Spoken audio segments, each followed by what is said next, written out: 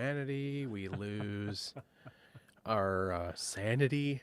What other E's? Anities. Our insanity. We lose our Sanity, insanity, our our insanity, sanity, our humanity. humanity, our yeah, all of those great things.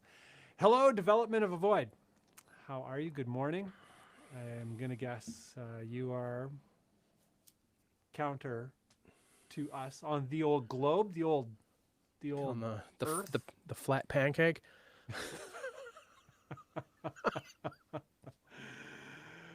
It's clearly flat. Do they think it's circle? Like a flat circle? Mr. Anthony. Mr. Anthony. I'm not sure. Or is it about a sheet of flat paper earthers. flat? Yeah. Yeah, it's an interesting one. I'm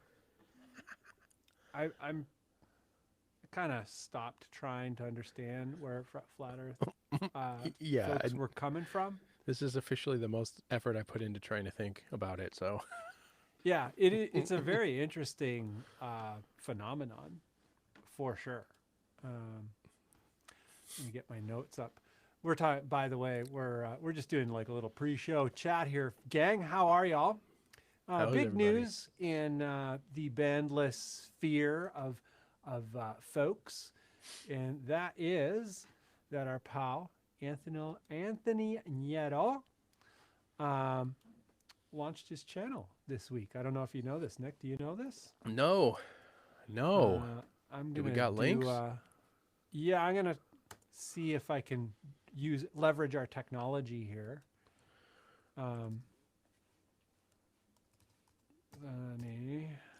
Development. You're a third shifter? Are you a third shifter, buddy? Third shift. Here we go. Look at this. Yeah. Okay. I just have to kind of clean up my screen here, but can I switch to my actual desktop?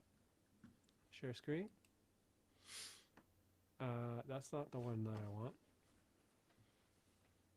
want. Open system preference. Google Chrome app would like to record this computer screen. Man, they don't make it easy, do they? Sometimes. Man, I work third shift for... What is third shift? Third shift is like overnights. Oh. They don't have third shift in Canada? They do. They just call it graveyard. Oh, yeah, it's the same deal. Yeah. Yep. Yeah. Quit and reopen. Oh, I don't want to quit. Oh, No. I can't do this. Anyway. Give me a link. It's just Anthony Nieto. We'll do this. Anthony Aaron Nieto. Here, this is what I'm going to do. I'm going to do it this way. Bam. So Anthony, I've been fooling around here. Apologies. But I've been fooling around trying to share Anthony's new channel here to the Bandless folks. I don't know if Anthony, have you shared it yet? Oh, I got it. Let's do this. Yeah, I put it in the chat. Oh, did you? Yeah. Uh-oh. But if you can share your screen, that would be great. There's just a welcome video and one of his music clips so far, but yes, yeah. I will share the screen. I will share the window. I will share this. Share. There we are. There we go. Sweet. So yeah, Nice. Anthony, and the video at the very bottom there is it's just his welcome video, but it's like decently done, well put together, fun, and finally got it off the ground. So That's what super you got to do. stoked. Starting is the hard part, right? Oh man, it's the hugest gap. We all know this. The Yep. 0 to 1, Yep. biggest gap in the world. Way to go, man. Congratulations. Yeah, congrats, man. Super stoked for you. Yeah, hello everyone. Good evening, good morning, wherever you might be on this gorgeous pancake. Oh,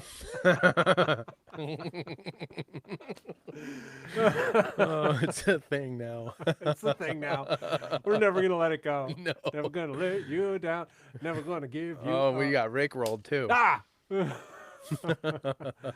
But good morning, good evening, good day, good hello to everybody. Hi, gang. Development of a Void, Anthony Nieto, Cosman, Reed, Tim, Lucas. Yeah, hope How are you everyone guys? is I well. hope you're well. Today, we are talking about some stuff and things. We always do. Yeah.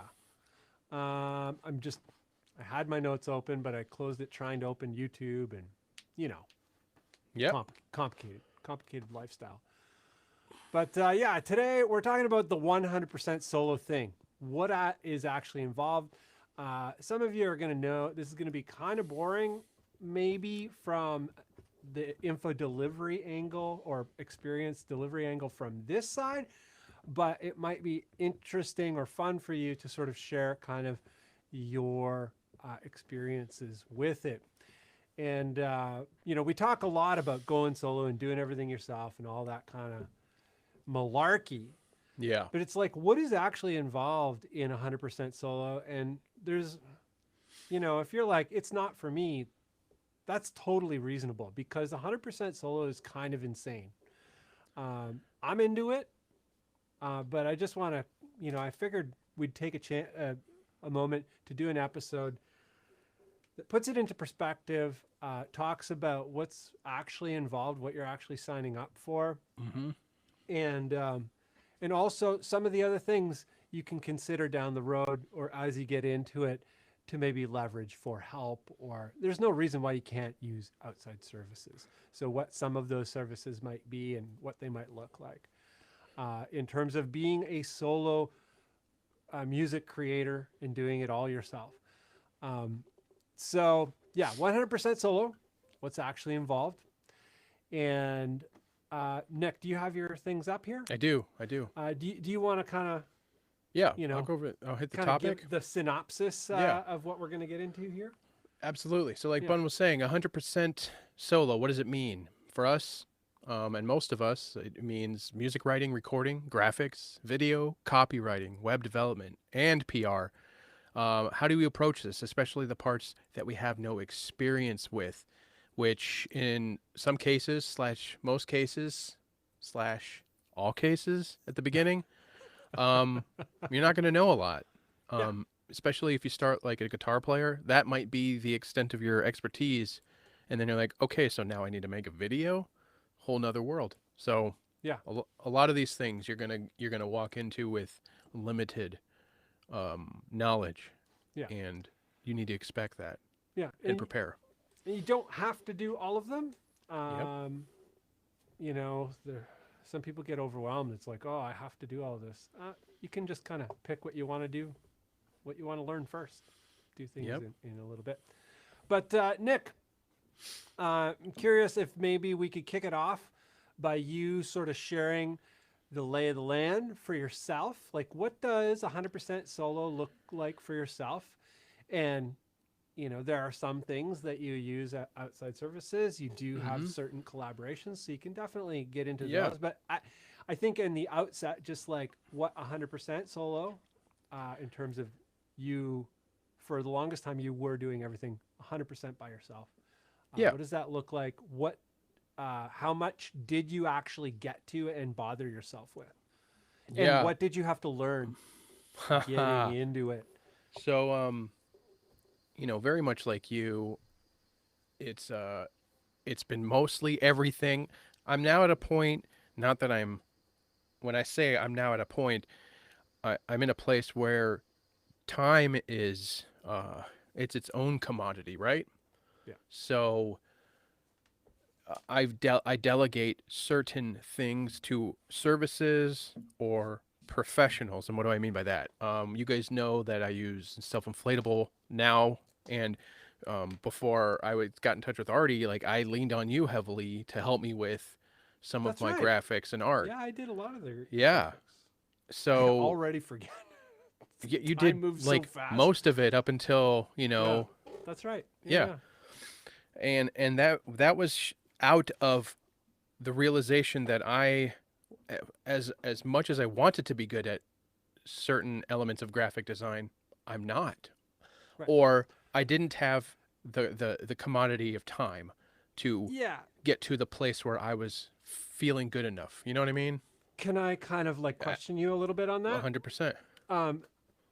Would it be, so the commodity of time in this regard would be you not being a wise use of your time to better yourself in that department for as much as you needed out of it. Is that correct? Yes, that's exactly it. So Okay. it's definitely not it's not a lack of desire to be good at it, because I still watch training on it. I still like, um, we see ads for Skillshare all the time, right? Yeah. I have a Skillshare membership, and I watch Draplin's videos Aaron Draplin. every single He's time. the king. Yep. And different graphic designers and Photoshop stuff. I watch this stuff all the time, because I try, and it's part of like, daily practice. I like to try, I want to learn something every day. That's part of it.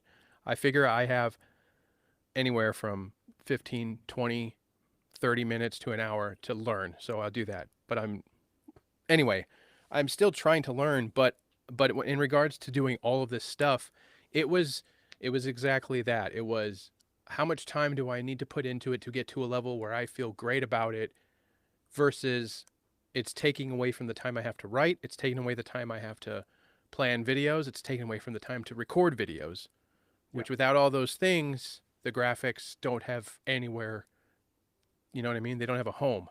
Yeah. So, obviously early on we started talking, and like, what do you do? I know you do a lot, and then you helped me, and then, Artie helped you with stuff, and then Artie started I started working with Artie, and I paid Artie for my, my brand rebranding and everything. And then it was like, okay, this, while I don't have a lot of it, this extra money I have is, I think, well spent so Artie can do this better than I can in his sleep, that's the thing. He's pretty good. That's the thing.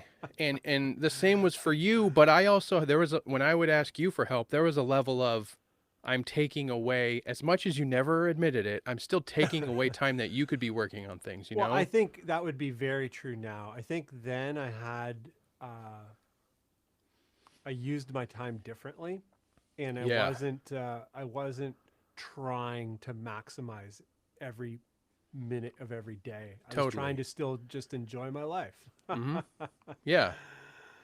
Yeah. So you were great. You're gracious with your time, but, the point, I guess I'm getting off topic. Yeah. I've, at some point in time or another along this journey of being a solo creative, I've done every part of it, Yeah. You did you did jackets that, did you design jackets? Yes. Partisan component stuff. You designed that?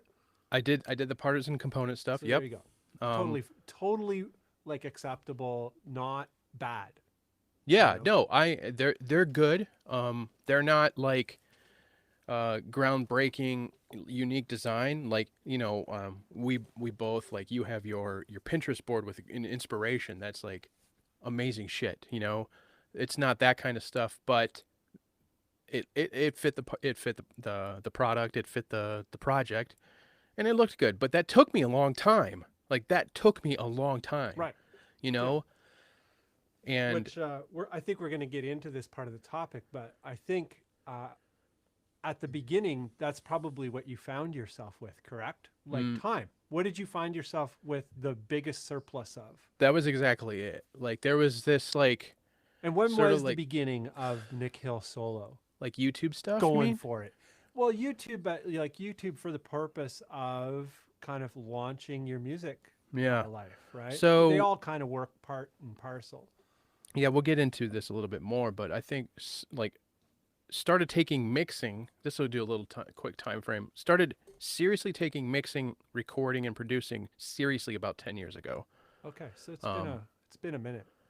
Yeah, but it took me 5 more years to take YouTube seriously. Were you already doing videos 10 years ago? No. When did you start doing videos? About 5 years ago? You and I, did you start right when I started this channel? Or my channel? Yeah, we started very similarly. We started in the same month. Yeah, we started in the same month, the same year, and we like, it was trickle, you know what I mean? It was like, same. we both trickled in. Yeah. And then I want to say 5 years ago, it's not, I would say, what would we say, like 3 years ago now? 3.5 years ago? Yeah, it'd be about 3 is when I years started for me putting, where I was like, okay, I think I'm going to go for this. Yeah. I think I was it was probably just 6 months behind you. Yeah. Yeah. I think I'm probably like 6 months behind you, where I was like, okay, I'm genuinely going to put effort into this, Yeah. hard effort, sacrifice, and time. So that gives you a bit of a time frame for that stuff. But like, I did all my initial graphics, which were, not the worst thing in the world, but they weren't the best. I still do, up until Steven recorded his vocals and wrote his lyrics for Wells. Everything you heard that had my name on it was from me. Um, Jeff obviously sang or did his vocals on the Partisan component, but I recorded that and I produced it. He obviously belted it out, but Yeah. there was all that. I did the lyric video for Partisan component.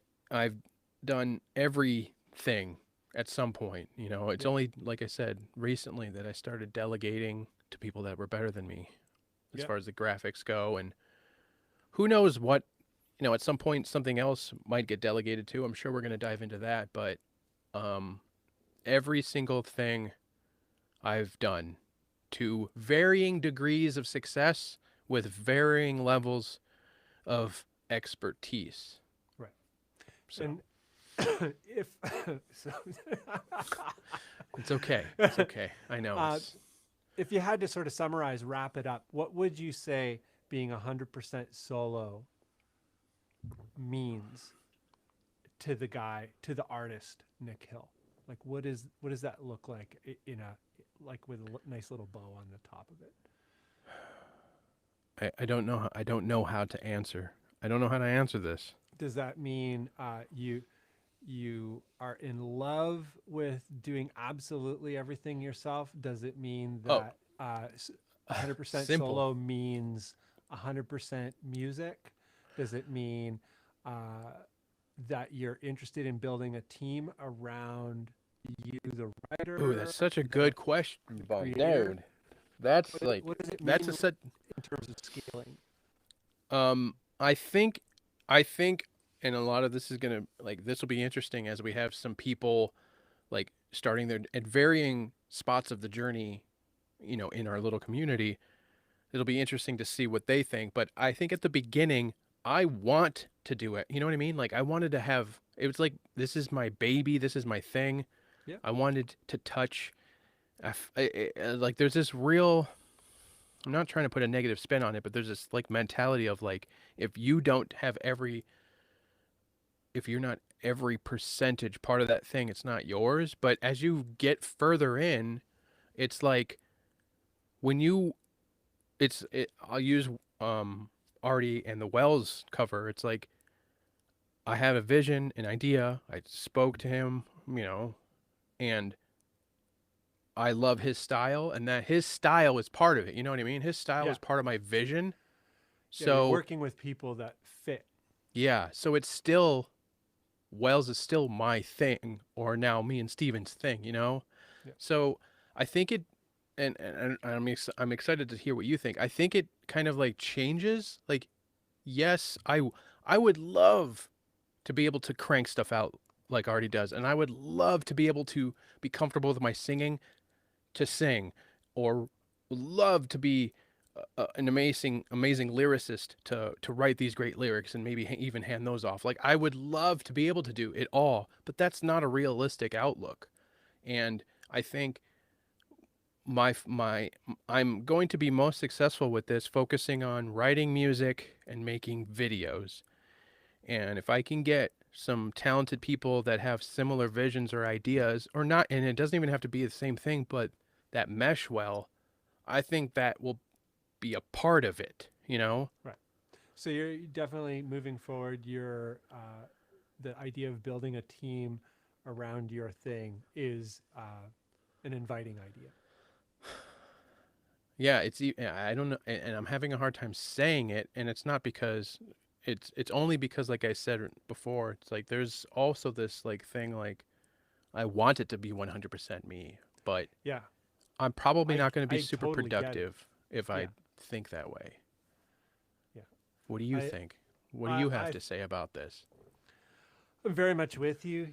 I think what led me into all of this stuff was my interest in making things. Like I love media, you know, I Mm-hmm. love audio, video, photo, graphics, typography. I love Me too. all of that stuff. I love making things with those things. Video, I never really, I think I always thought that video was so out of reach. And it's only in the last few years that it actually came into reach. It, Mm-hmm. it was out of reach for the longest time Mm. to do it really well. Yeah. The tools were so expensive. And, you know, audio was that way too.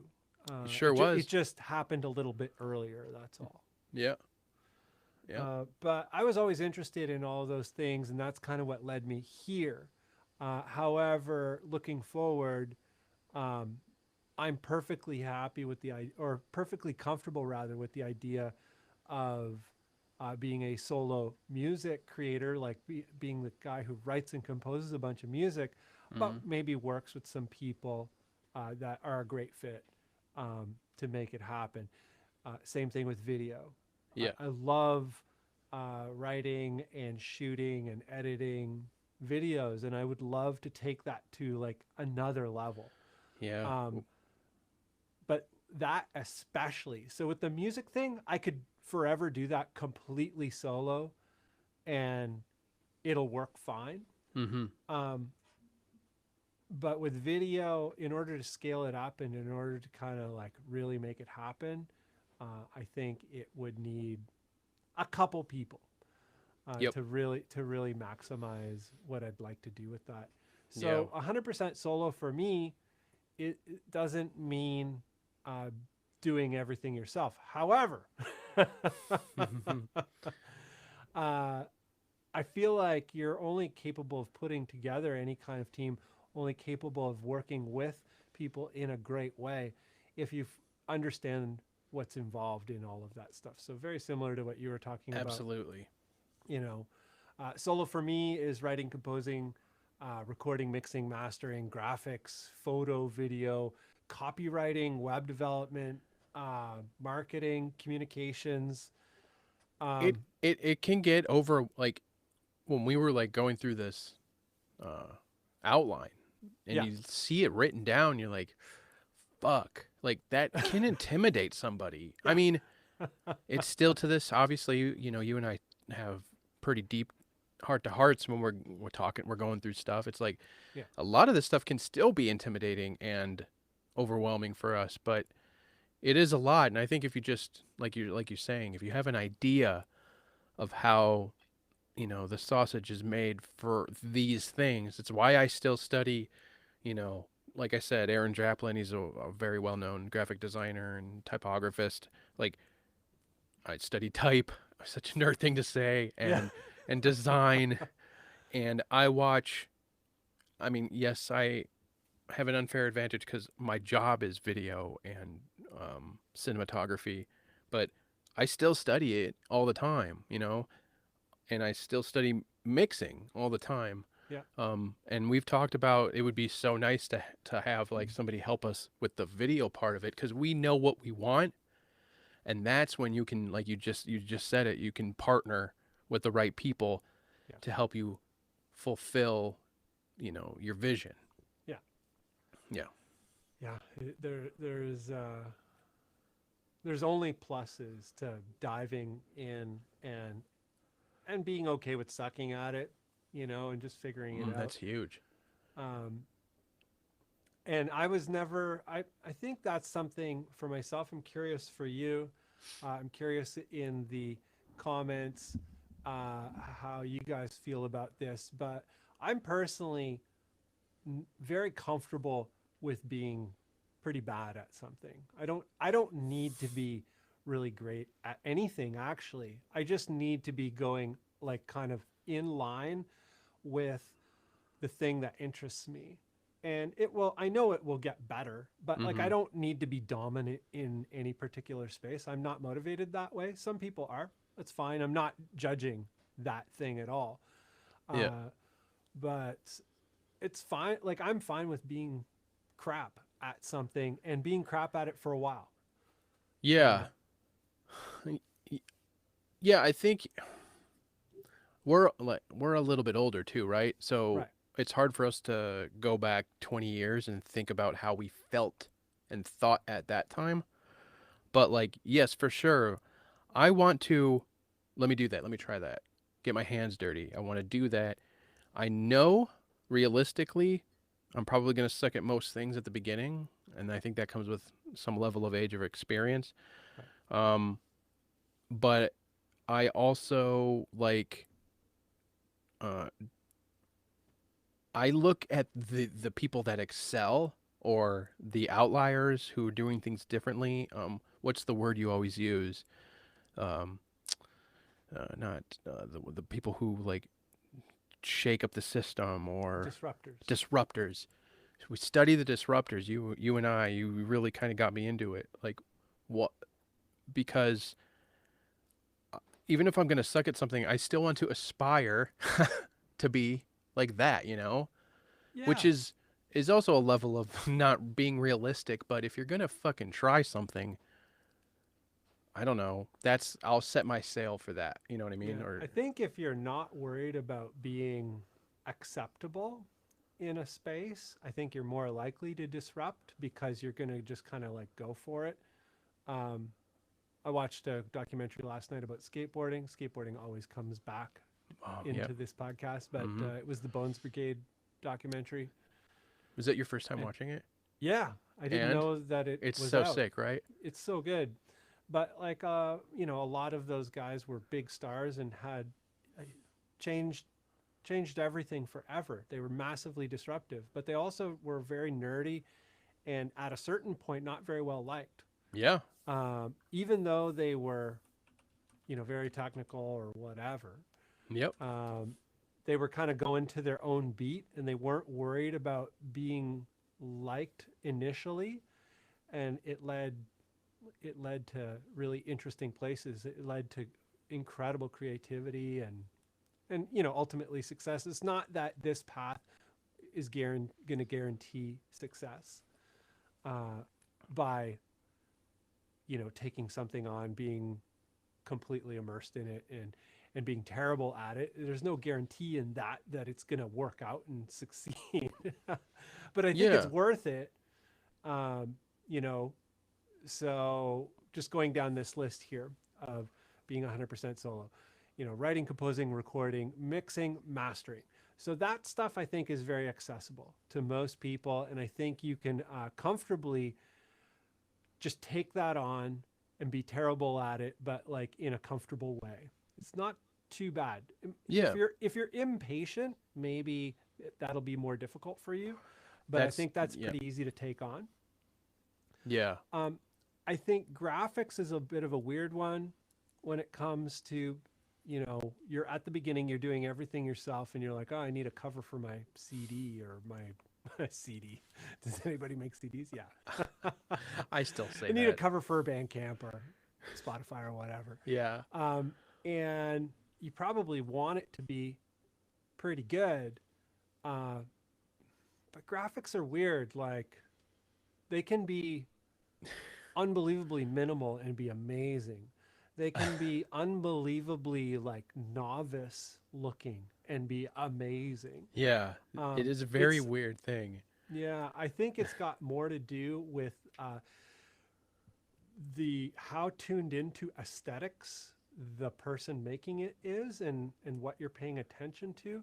Yeah. If you're trying to do something good or trying to get approval, it's probably not the right way to go about it. I would say going, if you got to tackle graphics on your own as a solo creative, keep it really simple and muse on it. Like, try and satisfy your muses, both technically. It's like, okay, I want to learn something about this. Mm-hmm. Learn like one thing about it that, you know, uh, that sort of inspires your personal interest in aesthetics, and kind of follow that.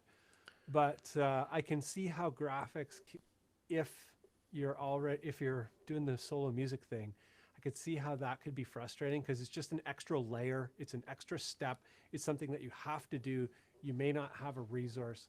Some people would say Fiverr or whatever, but that may actually be more of a F around than just knocking it out, taking Yeah. 3 nights to be like, okay, the next 3 nights or 4 nights are weak.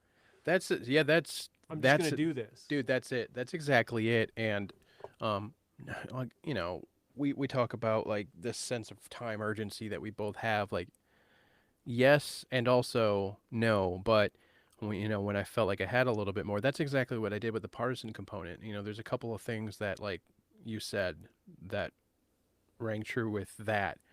I didn't really know what I was doing. That there is this thing, like it can be simple and clean, but it can also, it's just so, it's like so easily can just turn to suck. You know what I mean? Like it could be fun, like, oh, this is pretty decent, but it can so easily just turn like, oh, Yeah. that's real shitty real quick. And I went with simplicity with the partisan component stuff, Yeah. like the logo for partisan component, the logo, if you will, is text based, Yeah. like the imagery is like photo based, Yeah. because like I'm a photographer. That's another thing. Like I can consider myself a photographer on a good day. So I'm like, well, I know pictures, I know how to manipulate. What do I know? And how can I I use it? Yes, exactly. And I did that exact thing. I took a few days, like when I was scheduling more hardcore, like these days I'm working on this stuff, art. What can I do in these 3 days? Yeah. That's going to be it. So make it count, Yeah. So, yeah, man, it's like, I lost my train of thought, but It's just like, it's worth throwing yourself at it. yeah, that's it. And Well, with mastering no too, time is you told me that wasted time. too. Yeah. Sorry? With mastering, you kind of told me like you're almost there anyway, Yeah. Take a little time, and because I was paying Lander Yeah. to master my tracks, and you're like, you're this close to doing it, just take a little time. Yeah. You Save know the yourself the workflow. $10 or Yeah. whatever. It's kind of ridiculous, but yeah, Yeah. you made a good point. It's like, take a little extra time, develop a flow or a workflow for it, and then you can just do it. Yeah. And that's what I did. Took a couple days with whatever it was after the EP and just started doing it on my own. Yeah. And I didn't know what it meant. I still kind of don't, Mastering is so elusive. It's very ambiguous. It's very easy. It's very easy if you kind of go point blank. If you're simple with it. Yeah, exactly. Yeah. Yep. Some people have better ears than others. Some people have better gear than others. Some people have better understanding of the gear and good ears, and they got it all. Yep. Yeah. Whatever. It's all good. But It is. we're going to wrap this point up. Last little bit on it. Is there anything in terms of being 100% solo right now that you really are not into, that really bothers you? You wish, you're like, I wish this thing wasn't even here. Yep. And if I could afford to pay somebody to do it, I would happily do that. Yep. What are those? What is that thing or things? Social media. Right. Marketing. Yeah, marketing. Yeah. It's like, oh, man. Social media is weird because it's half marketing and half community, and that line is blurry. And It is. like, Yeah, I it like is. the community part of it. I don't like the marketing part of it.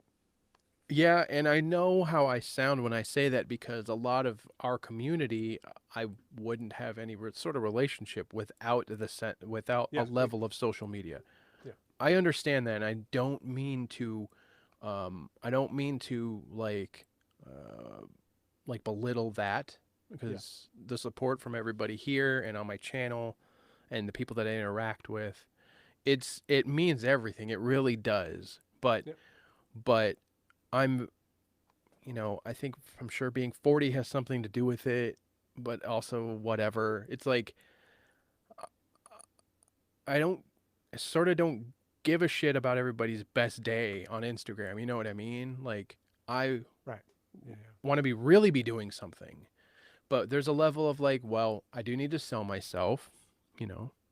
Um it's free marketing. Um I do build relationships with people and brands and stores. As a matter of fact, I have a meeting with the store that I initiated conversation with over Instagram, you know.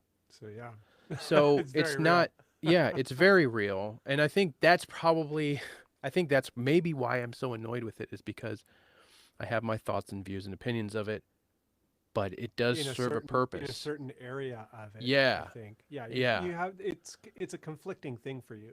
Yeah. And it's It's a probably annoying to conflicting thing for me hear as all the well. time. You know, I know it comes up. When it comes up, I say my piece, and it's annoying, I'm sure.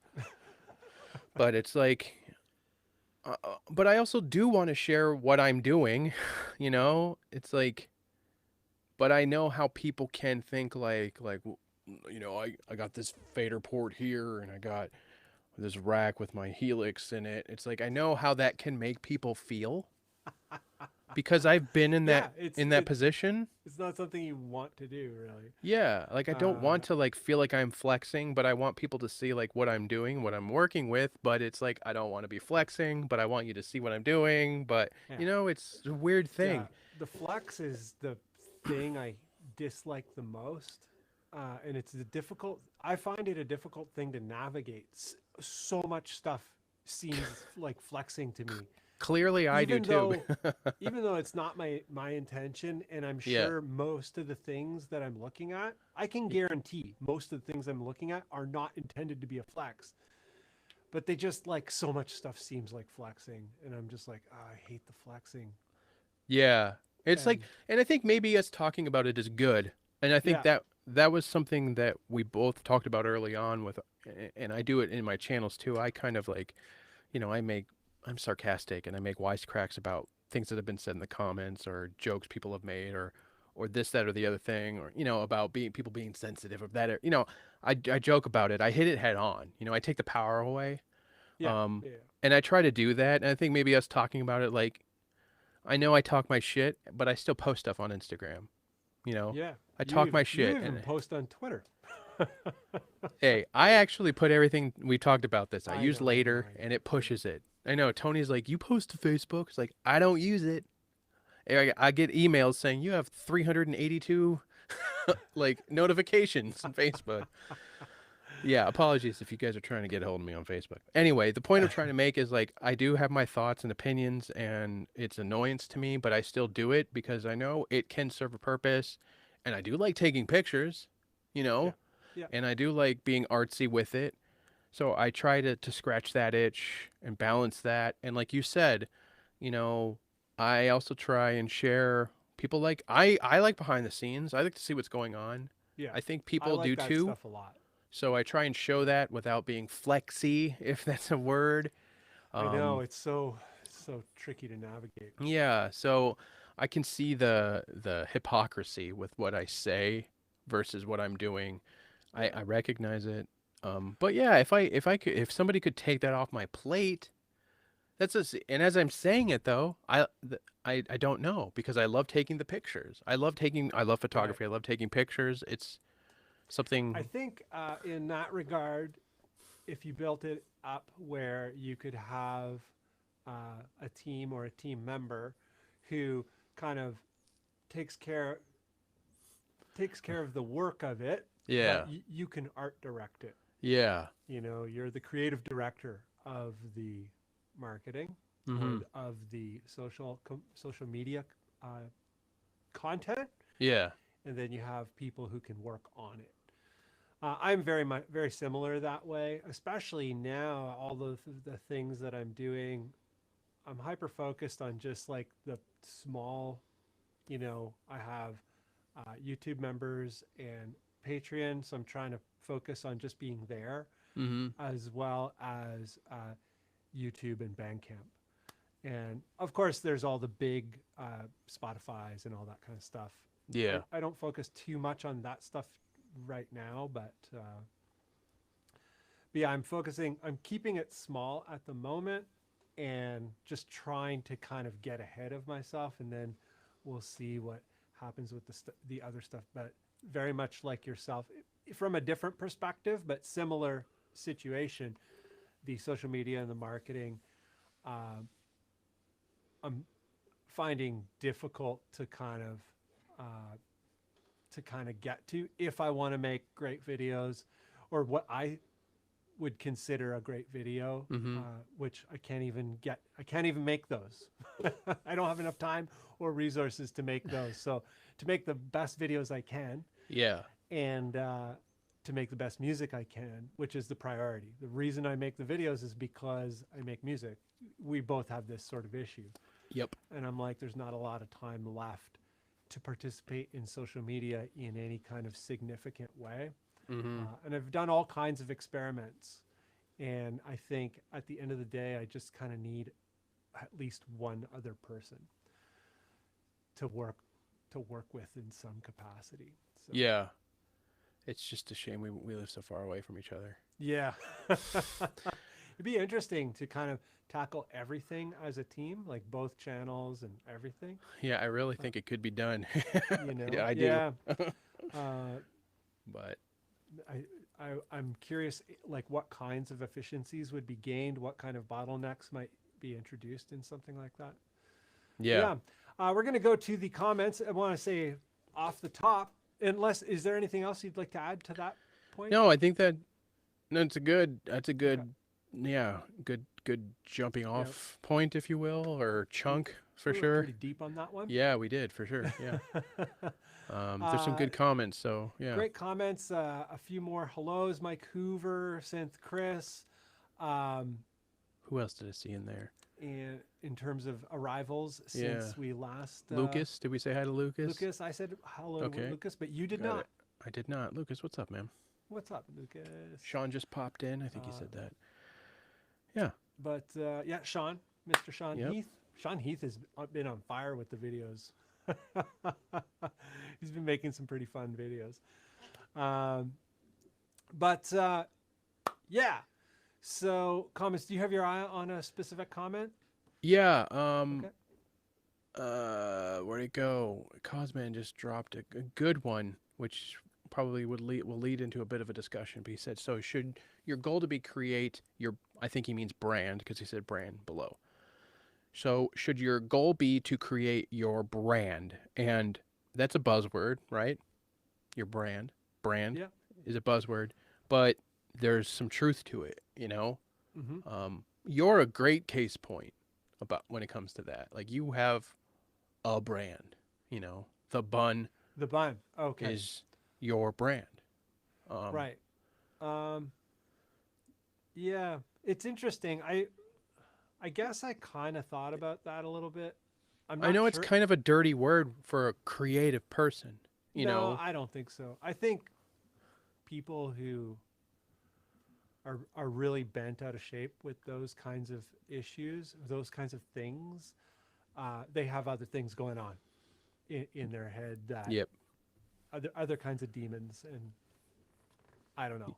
Yeah. If you want to be a creative person and generate revenue so that you can pay your bills and flourish with a competitive salary, there's a bunch of things that you have to participate in, that you have to accept. Yeah. But if you're interested in being a true artist, like being pure and not tainted by money, or the industry, or whatever the case may be, that's totally fine. Like, I'm not talking any of that stuff down. I know people who are interested in that. I just am not interested in that. And sometimes those crowds will put their ideologies, try and kind of place their ideologies on people who are more career artists. Well, it's like we've talked about before, man. Like, us, the dirty word, making any money from this is only in hopes to do more of this. Yeah, for me, I'm pretty frank about it. I am interested in making money. Right. Hands down. You're Like not doing I it for am, money, but you want to make money so that you can keep doing it, so that you can survive. Because we've talked about this. yeah, but I Bill's don't. I still want to do more than just survive. I will right. be very frank about it. I have no, like, I don't have any issues with money. Like, I like money. Uh, Money to me represents more creative opportunity. It also means that I can eat food that isn't rice and beans. No, yeah. And when I say survive, I don't mean the bare minimum. Like to me, being Right. creative and artistic and comfortable is, it's survival for me. You know what I mean? Like, Yeah. yeah, yeah. That I'm not saying like Yeah. you have to always be like you have to be the starving artist forever. Like we've talked about this. It's Yeah. not. You don't have. It doesn't have to be that way. But even if you put a conscious thought process into developing your brand or the thing for yourself, Yeah. it's going to happen anyway. Like Nick Hill did, and I've talked about it. Yeah. Like, Your audience will it, give you kind of designate your brand. yeah, it's Uh, going to happen whether or yeah. not you put the thought into it or not, Yeah. especially if you gain some steam. So you may as well put some thought into it. Yeah. And that's why going into this year, I talked about not putting music out in my name, but doing it in individual projects. Like Wells is a thing now, Yeah.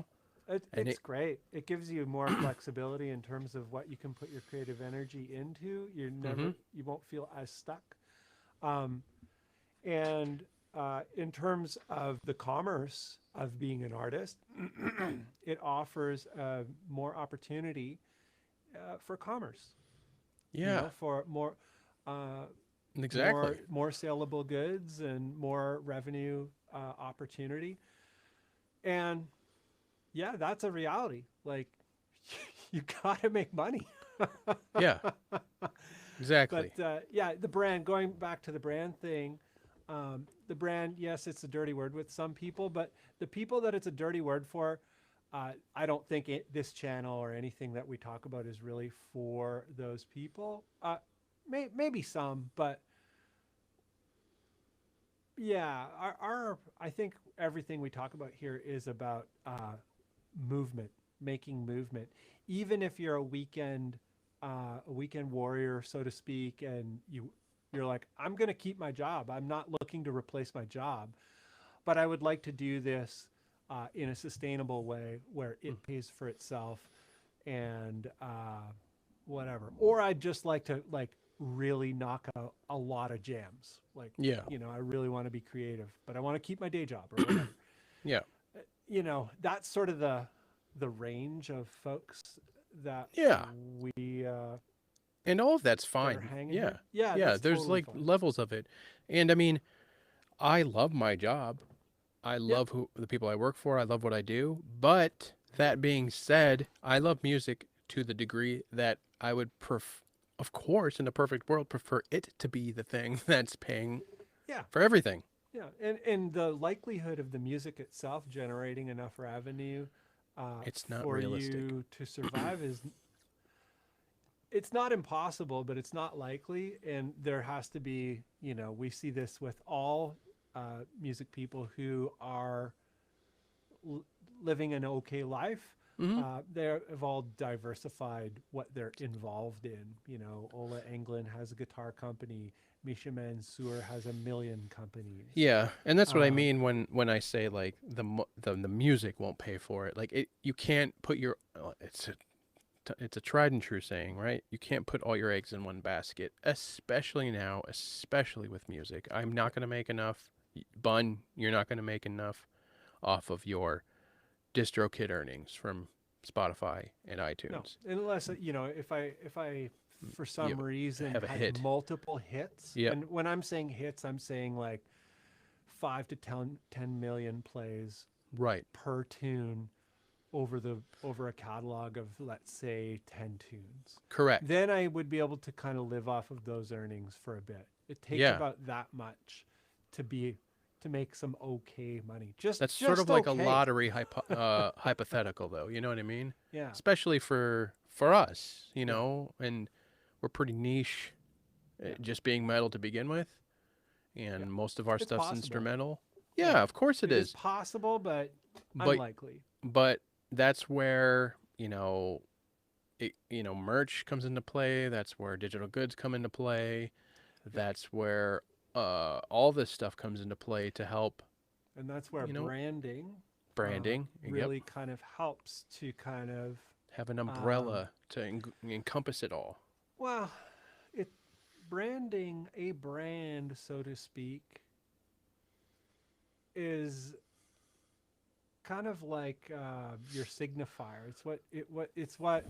It's your little slice of a marketplace. So let's say Yeah. my marketplace is sludge metal, which is a very small slice of metal, and I am an infinitesimally small slice of that. Just like in terms of the aesthetics of the sludge metal that I make, it's Yeah. weird compare. It's weird compared to most people's sludge metal, Correct. and so you want to catch as many bees with as much honey as possible, and your honey is sort of your brand, and hopefully the kind of honey you're putting up is catching the right kind of bees. Yeah, you want to make it easy for people to find you. Yeah, That's what it boils down to. yeah, but yeah, the brand part is something to think about. Yeah, In definitely. Yeah, terms of designing your brand, I wouldn't worry about that.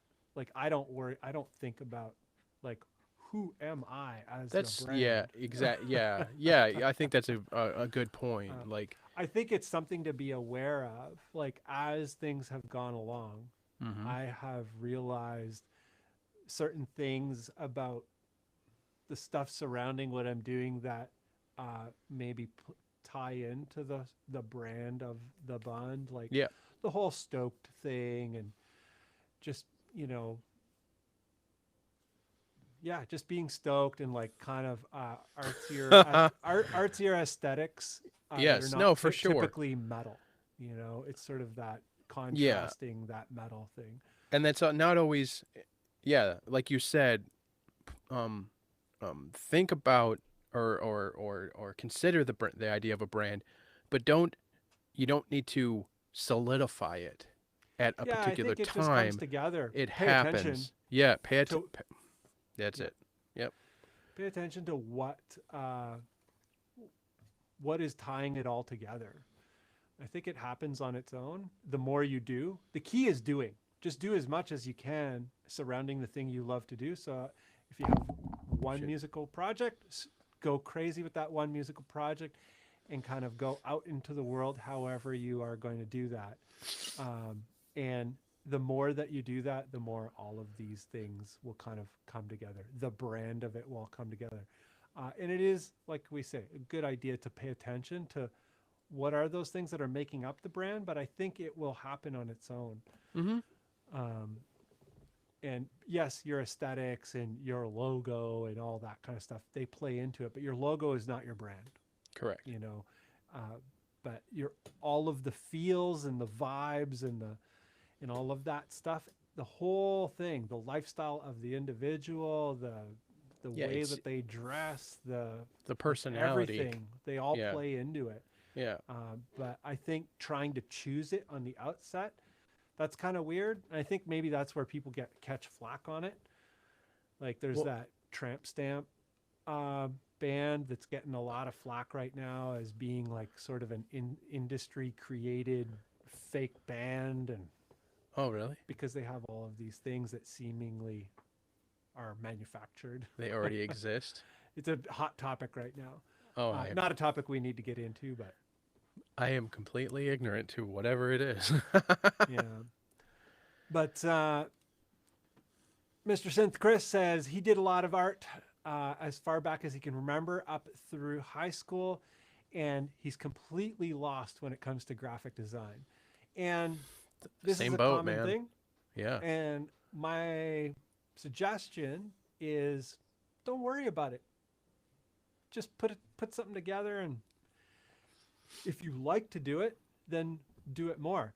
If you hate it and it's important to you, try and hire someone or try and collaborate with someone. And we're going to get to hiring and collaborating shortly. Yep. But yeah, it sounds like, Chris, and this is maybe food for thought for a lot of folks. If at some point in your life, like you really enjoyed putting together visuals of any kind, but you suck at graphic design, there's a good chance that you don't suck at graphic design as much as you think. You probably just don't understand Illustrator or Photoshop. But there's nothing to say that you need to use Illustrator or Photoshop. Why can't you put together something by hand, take a photo of it, crop the photo to the needed specs, and that's your cover? Yep. There's no rules. There are no rules. Yeah. And if you enjoy or if you enjoy visual creativity, but you don't know anything about the current technology, don't worry about that part. Just be creative, focus on the creative part, and maybe doing that the best you can, getting the best results with that you can, that you're the happiest with. And if you get fed up with all of it, then try and work with somebody else. Yeah, I mean, that's huge. And I think that's what, like when I was saying the disruptors, like imagine making all your covers by hand drawings again. Yeah. You know what I mean? I love it. It's not that long ago. Use hand drawing as much as possible. Yeah. And I'm annoyed with the scanner. Like, I'm like, oh, I wish there was no scanner. I remember like actually doing design on a mat and photographing it. It was crazy. I'm that old. I'm 50. Yeah. Well, I mean, there was a time where that was the thing. Nobody was doing anything in Illustrator. And there's still sick covers out there, you know? Oh, yeah. So, like, yeah. Development Avoid says, I'm with you on the social media thing. Once you reach a certain level, I'm sure you could get rid of it once and for all, not counting YouTube. Yeah, I don't know if you can I probably wouldn't get rid of it, but I think it's about how you go about going out into the world, whether that be physically or digitally. And a great example of sort of in line of what you're talking about is this fella in the marketing space by the name of Seth Godin.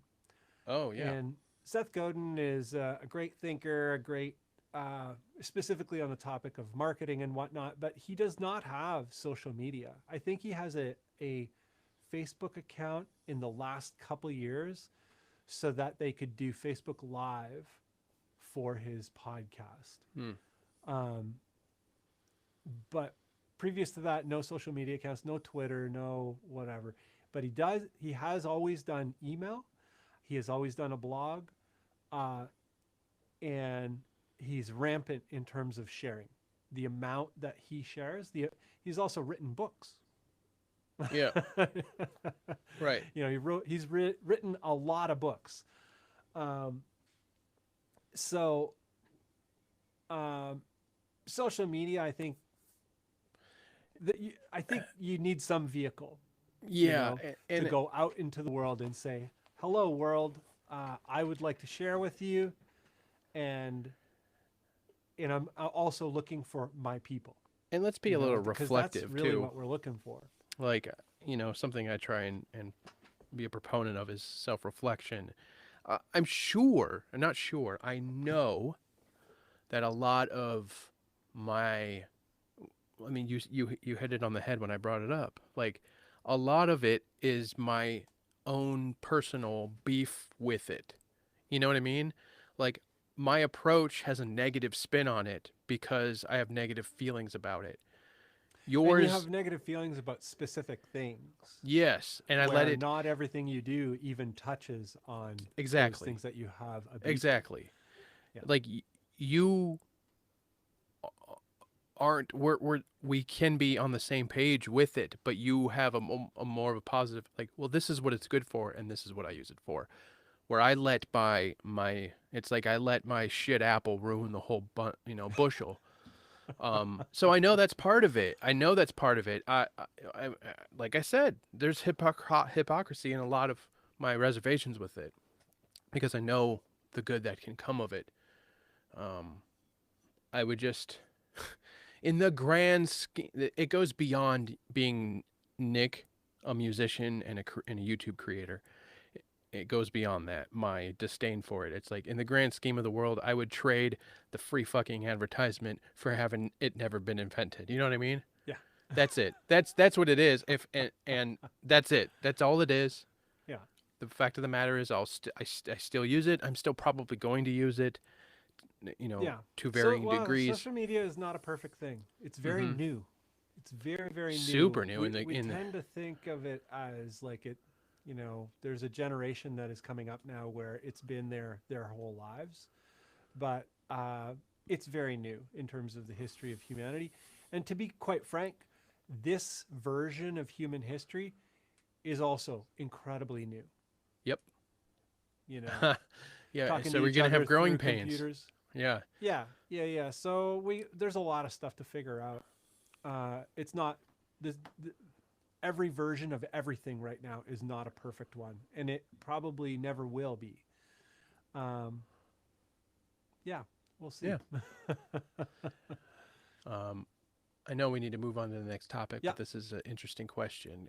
So Cosman says, guys, in video, did you ever get to a point that you felt like, I can see who I am on video and that's my personality?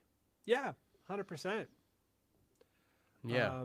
Like I definitely got comfortable with it enough to do this. I wouldn't have been able to do this.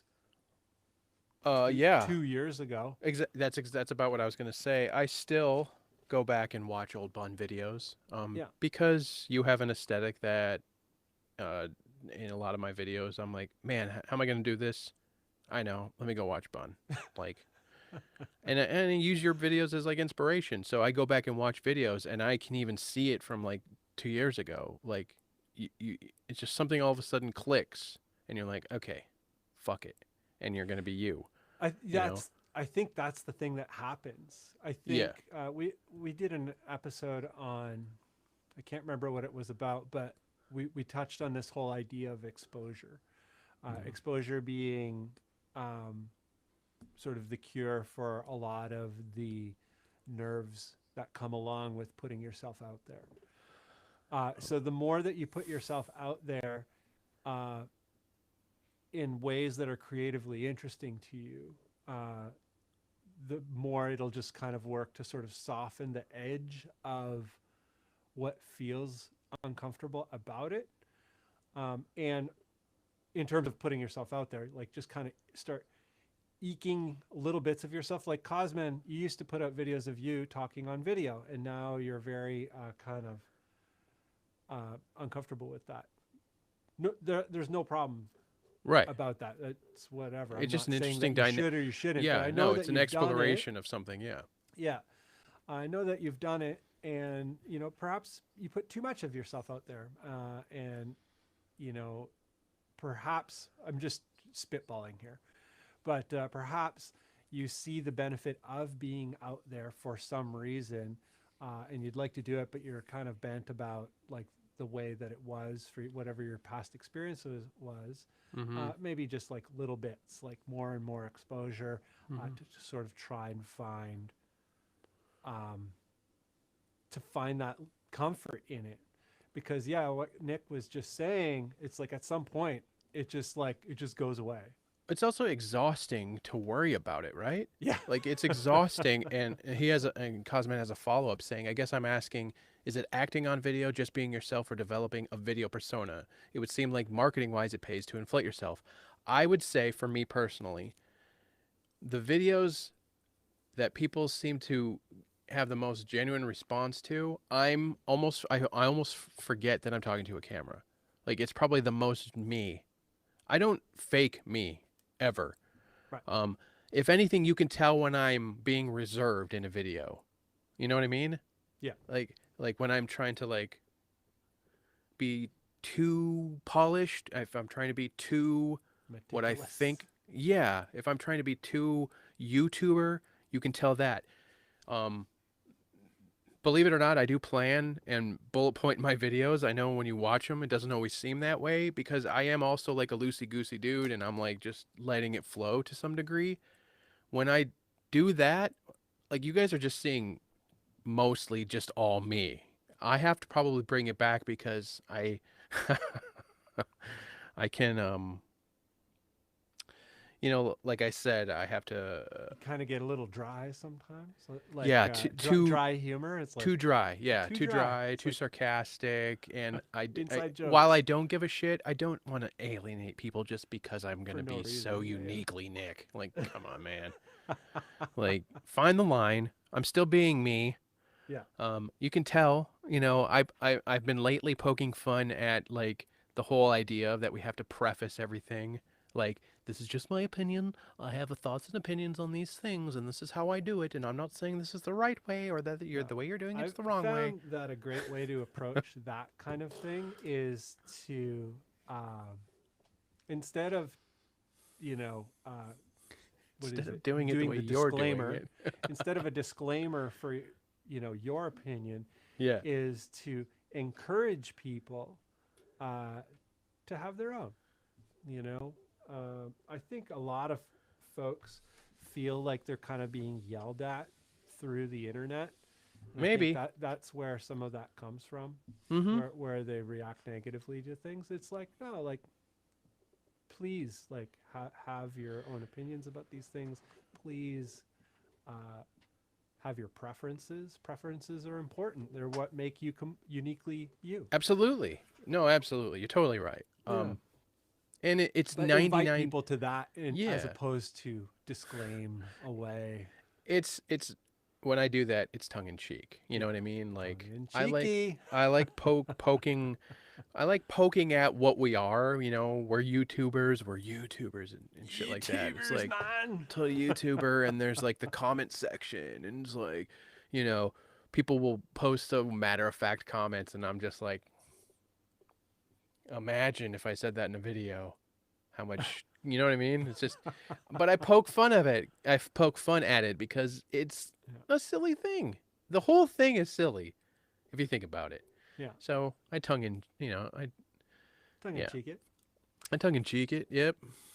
Development of Avoid says Jordan Peterson says to work really hard on one thing and see what happens. Yeah, he's got a lot of great, his points for life or whatever. Yeah. But he hits hard on a lot of these kinds of things, really simple, actionable ideas, which is interesting because I think it's really valuable because the world we live in right now is very confusing.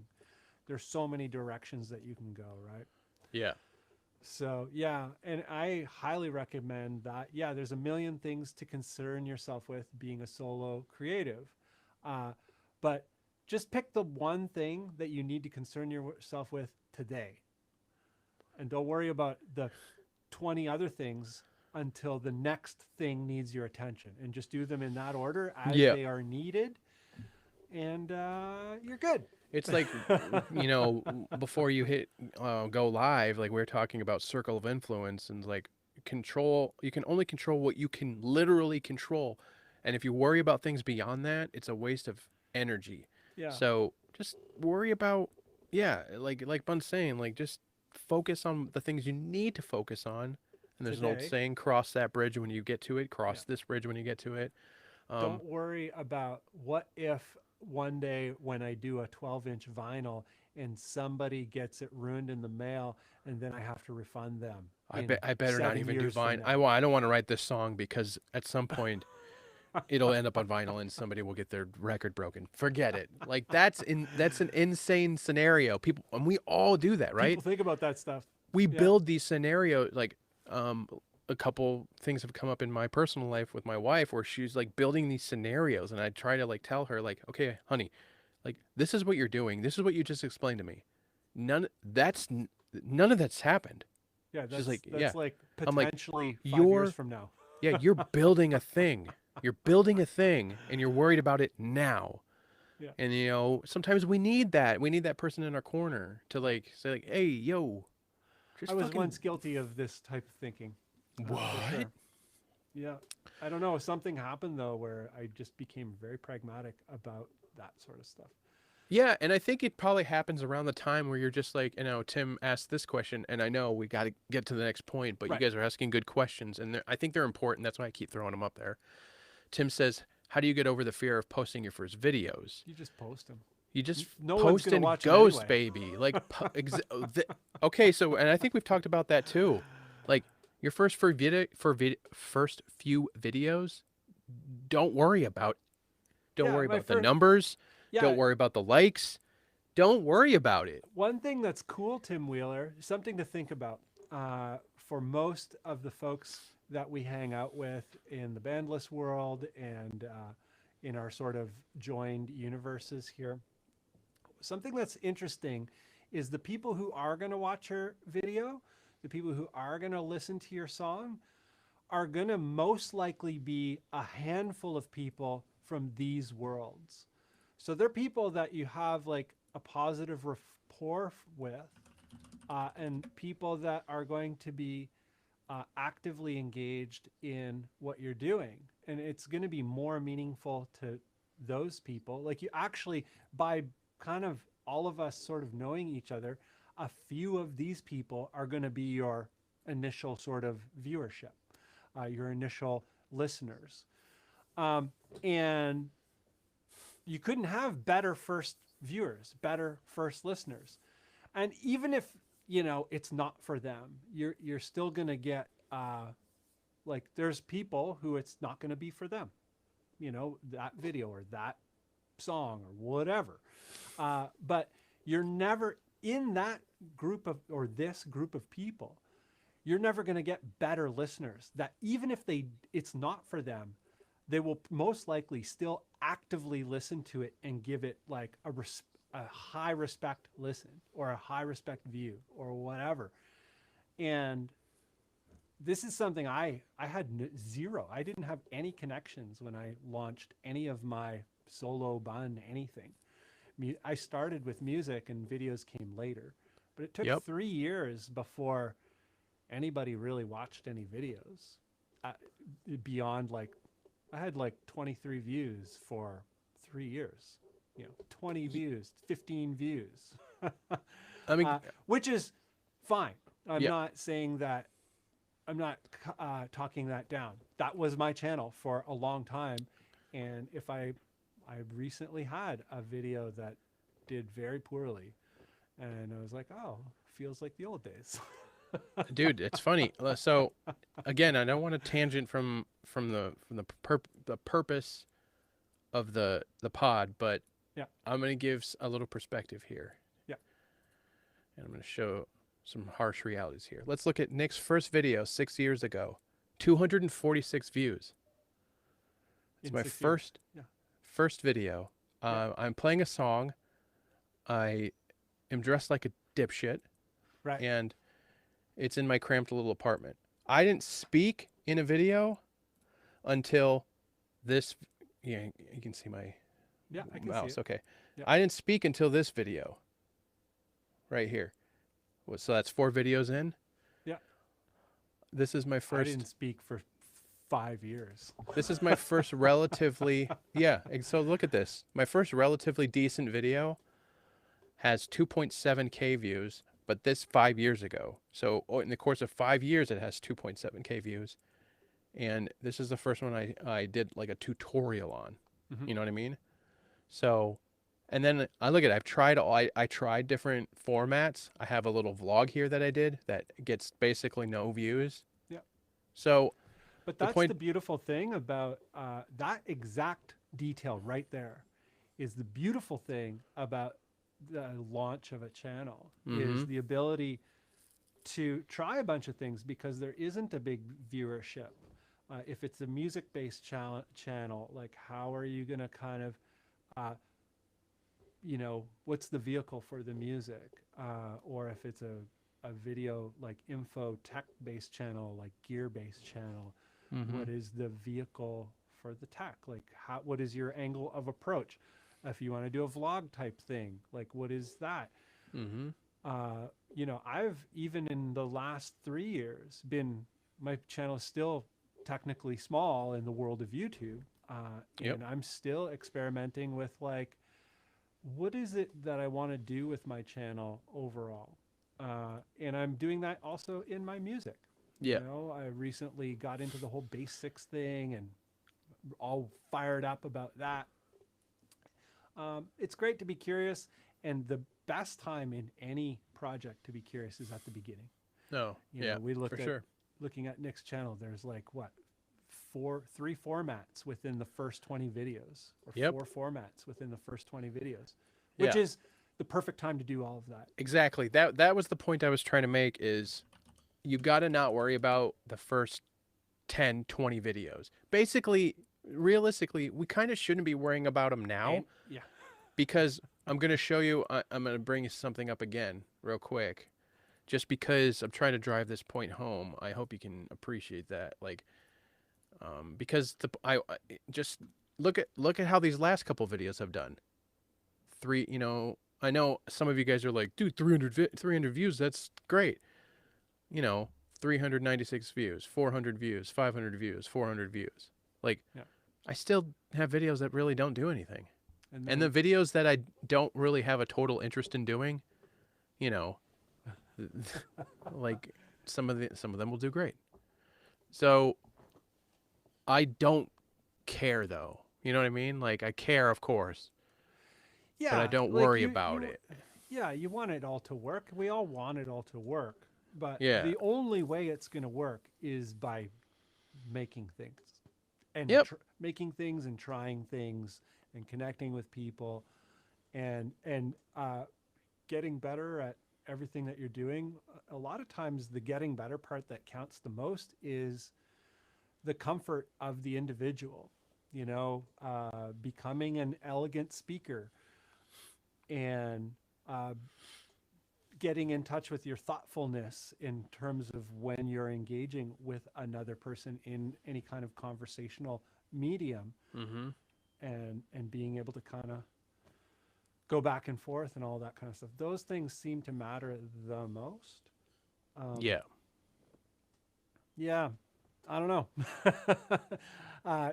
Bottom line, go for it. Go Just for it. go. That was Just the point. go and keep Yep. going. Because if you're not still trying to like adjust and learn and pivot and do things for yourself, and you're just making stuff to make it, Yeah. it's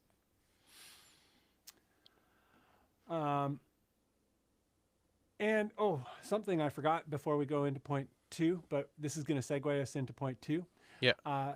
Point 2, and this episode of Bandless and Bandless in general is brought to you by everyone with us at Patreon.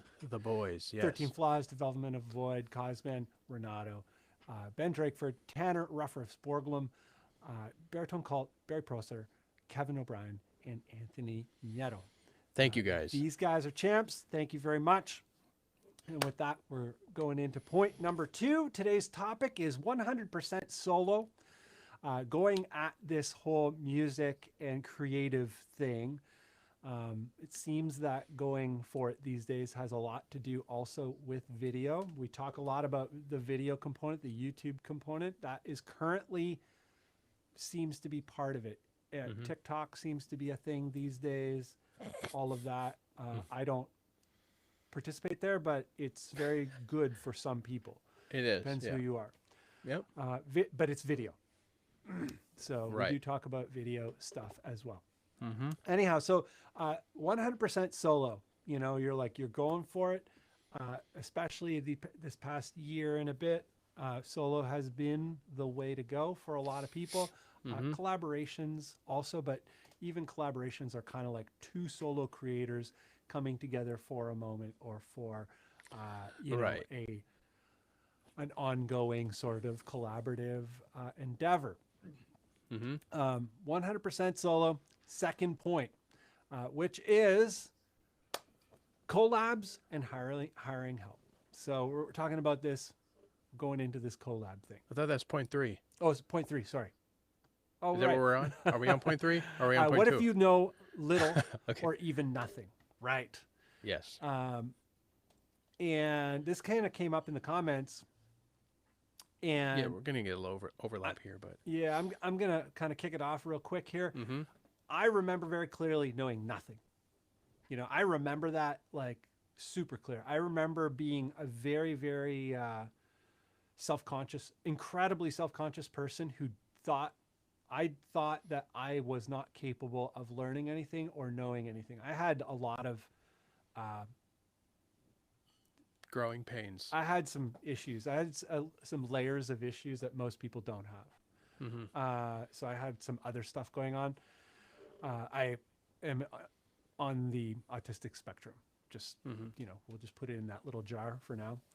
But I had to get through all that. But I remember knowing nothing. And I remember also it being difficult to get outside of that thing, that feeling of knowing, of thinking that I knew nothing. Because I realized once I figured it all out, I'm like, holy crap, I know a lot. Right. Like a lot of useful things in order to kind of move myself along. And once that happened, I saw everything as kind of useful, interesting, and exciting. And I just was so into like making things and getting things done. I wasn't really, we talked about this part earlier as well. Like I wasn't really worried about sucking. And I think that's that's what's going on when people are like, I don't know anything. How can I do this solo thing? I suck. I'm like, well, you can probably do a lot, and you probably don't suck as much as you think at everything. You probably do suck at a lot of stuff. But the path to better is, ladled with sucking. Yeah. So, yeah. So Nick, what is your, your journey from knowing little or knowing nothing to now? Do you remember the precipice of change? Yeah. Like I said before, I remember recording on a computer when like you first could with like a sound blaster. Remember when you had like, I do. I remember the sound you blaster. had like drive bays. Gold. 64 gold. My buddy Ken, we built our computer back then. He had drive bays, and this sound blaster card had a bay you would plug in, and it had like RCA component. It had RCA plugs and all this other stuff. And then we had my little Digitech pedal. GP3. Yeah, dude. Yep. Yeah. And we would go into this thing, and it would sound terrible. It basically sounded like an amp with no cab. And we would record stuff, and that was like in 2001.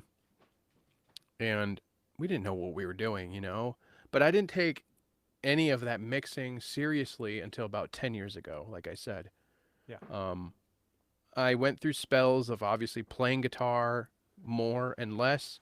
I went through probably the better part of almost 2 years not playing guitar at all, going through a rough spot in my life. Right. And like when I dove into, okay, I want to make music. I can do it on my computer. I have this Pod HD 500. I can do this. I got all I need. I got a guitar. I put EMGs in it. I got it. I can do it. Yeah. I didn't know what I was doing when it came to mixing, proper mixing, I think Superior Drummer was just like a thing. It was just a thing. I didn't understand it at first. Yeah, me neither. I was just like, and it sounds silly to say now, right? Yeah. If you think about it. So, I overwhelmingly remember not knowing how to mix, not knowing how to track right. I remember trying to learn Reaper and being completely overwhelmed. I spent more time not knowing what I was doing, Yeah. So you can't let that, or imagine if you let every time you run up against something you don't know, where it's like, well, I don't know how to do this, so I guess I'm done. And then you got up and walked away. Imagine. How far would you get with be anything? So wild. You wouldn't get very far. Yeah. So, but what I did have was a desire to learn, and like you, a massive interest. A little bit of backstory. Tones, dude. Well, it goes back further than that. Even like I remember I was always attracted to music. Music was a thing early on. Like both my parents were musicians, professional musicians, like in the Marine Corps band, and my dad is an amazing trumpet player. Wow. But I was so I was surrounded by music. They all listened to music, different kinds of music, and I loved, you know, fantastical movies as a kid, and I was always attracted to soundtrack and to score. It was always something that was permanently in my head, like, and I remember listening to soundtracks when I was younger. Um, so music was always a thing, and I always wanted to know, like, how do they do this? How do they make music? And I got to see my dad and my mom, you know, or my dad was stationed and where they practiced, and like that's a little piece of it. Like, oh wow, that okay, so you guys learn your instrument, and then it built on that. And I'm like, well, when I started getting into actual music, you know, with my dad listening to classic rock, and then my stepdad listening to classic rock, and then getting into heavier music, I'm like, I wanted to know how it was made. So anytime there was anything to do with an artist, even if I didn't even necessarily know them or was familiar with them, there's anything to do with recording or behind the scenes or some guy showing how to do something with a guitar or an instrument or a piano or anything, like I watched it. I wanted to learn. So that was always there. And I Groove. think that helps push past that, like, well, I don't know what I'm doing, you know? Yeah. Because You're when like, I don't care that I don't know. I want to correct. know. Well, and when I first got hardcore into like learning Reaper and the basics of production, home production, if you will, like home production is still based around the principles of real audio recording. So any of that, like the internet was in its infancy. There was no YouTube. No. Like I couldn't go on YouTube and like, how do I create tracks? How do I do this? Like I had to read through a PDF, you know, Yeah. like you had to do stuff in a hardcore way. And I know, woe is me. Oh my God. But the point I'm trying to make is like, I When I didn't, started, there there wasn't like there there was wasn't no even books in the library you could go and get. correct. It was just a 4-track, and they're like, here's a tape. Try and Well, figure it out. And here's a manual. th- okay, exactly. So that was the other thing. My buddy Dave, one of my best, dearest friends, like he would record to a Fostex and layer stuff and bounce mixes of certain things to a different track. Like Yeah. watching him do that with a Fostex with a regular old tape. Yeah. Yeah. Yeah. Like I That's learned how we from all that. started. Yeah. And then picking away at like we would pick away at like Sabbath albums and like learn the riffs by ear. Like I remember spending hours and hours and hours doing this, and when you're learning that stuff, you hear things in a very like deliberate way, and it all comes into play. You know what I mean? It all comes into play at some point when you're trying to like when I was like I'm going to do this recording thing and I'm going to make music. Yeah. And I'm going to get in a band. Nowhere on the radar was care that you didn't know. No. Not knowing was the whole motivation. Right. Exactly. Yeah. And nowadays I feel like maybe, and I'm sure There's a you lot of pressure on people to perform at a high level out of the gate. instantaneously. Yep. Yeah. Yep. And I understand that that's what it seems like, you know, because of things, because of video, I think we're exposed to a lot of people who kind of come out of nowhere. You know, the first video that they ever post or whatever, or it's the first time that you've ever heard of this person and they have video and they do something quite well. And you're like, huh, this person's nobody. And they're really good at this one thing, or they seemingly really good Correct. at this one thing. Yeah. And so it kind of puts people in this mode of like, oh, I have to perform at a high level. And you don't, you know, going back to the Bones Brigade documentary that I watched last night, Lance Mountain, you know. Oh, it's so funny you bring him up. Yeah. His, where he finally kind of got his day in the sun was when video blew up and he did a whole sequence, a whole segment on just sort of free skating and Yeah. like and having fun and just and so many people. It got so many people. I remember that part. I remember that video part. I was like a child when Bones Brigade video show came out and Yeah. Animal Chin and all of that stuff. But I remember those videos and I remember seeing that part. I'm like, oh man, it looks so fun. And that sequence of just skating, like not doing anything crazy, not doing any kind of wild moves, just skating, had such a big effect.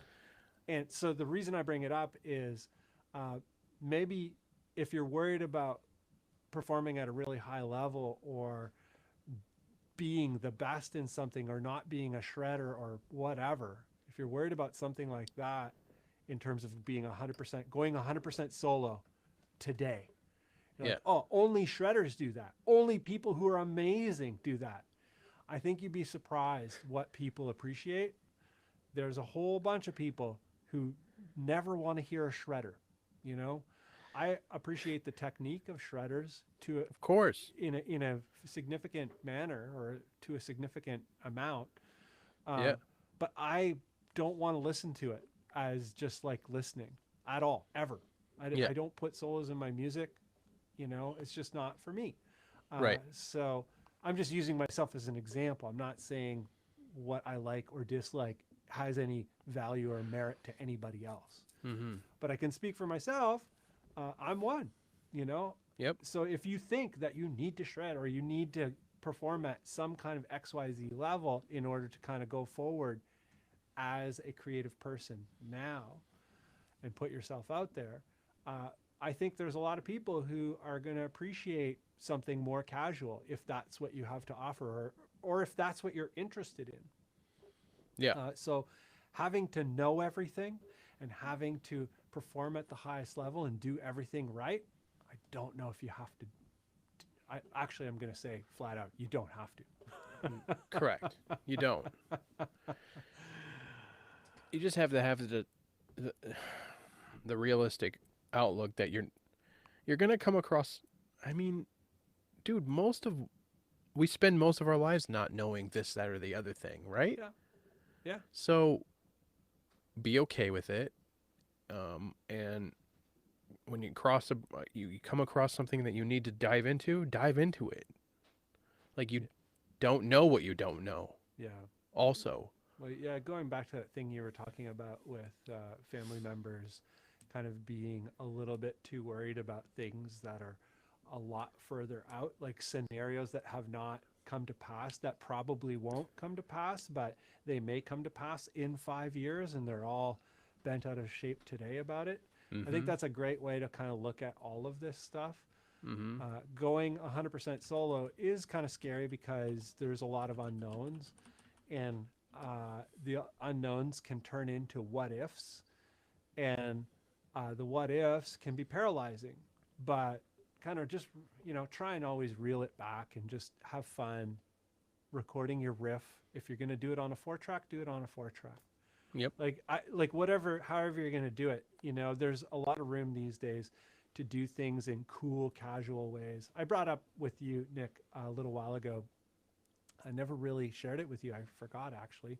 This guy, Mandelbro, he's popping off on YouTube right now. But he did a video. He's just a kid who lives in France. And, you know, maybe he might be 19 or 20, young guy. And he's like, not a great musician, not a great producer, none of that. But he's got a lot of vibe. He's got this weird swagger about him. He's a little bit dorky, but a little bit swagger. Yeah. And he's like, I'm going to do an album on a 4-track. Because all I know is Logic, and I don't want to do it on Logic. I'm going to do it on this tape thing. I don't even understand it, but we're going to make a song with it. It's going to be great. Yeah. So he went through the whole process, and it's a very documentary style kind of video, and I need to watch really it. went big. It went That's huge. great. That's great. Yeah. But why it's significant in terms of this is this is a guy who didn't really know, like, he's not a very good player. He's not you know, particularly amazing in anything. There's a lot of stuff he doesn't know. He took on this thing of recording on 4-track that he didn't know anything about. And he, you know, made a video about the whole thing, and it was a huge video. Right. And So there's a perfect example of a level of ignorance being the story. That's so yeah, being we an talk about, opportunity. yes, it's an opportunity, and we talk about this too on the video side of it, like story. It's story. It's story. Like, Yeah, there's a story to everything you're doing. It just depends on whether you have the patience and creativity to kind of turn it into, you know, absolutely. to share that story. Yeah, that's exactly what I was going to get at. It's like, if you come across something that you don't, all right, that first video that I have 2.7K views on, and it was 5 years ago. That video was made because I didn't know how to do something. I learned how to do it, and I'm like, somebody's going to want to learn how to do this. I still get comments today about that video. Thank you That's so much for awesome. this. Yeah. So the process of not knowing how to do something, making a video about it, figuring out how to do it, and then sharing it, there's your story, friends. There you go. Yeah. If Yeah, you're yeah. getting into this and you're like, I love that kind of yeah, content so well, much. because it's you show relatable. You're relatable, a different process and approach, and you're almost, it's just authentic stuff, you know. So it's key. Real quick, two things, like, so about worrying about all this stuff that you don't know and hypotheticals. Mark Twain has a quote: I've had a lot of worries in my life, or many worries in my life, most of which have never happened. I've brought it up before. Like, we make up the, yeah, like people are like, well, what about, like, what if they don't like my first few videos? Like you said, Then Bunn, they don't like them. they're probably not going to like them. Yeah. Or more realistically, there's not enough people are going to watch it to even not like it. So get that first video so you can get the, all right, I got the first one done. What did I learn? But Okay, I can do I this. just need to add a little piece of sauce there. Do it.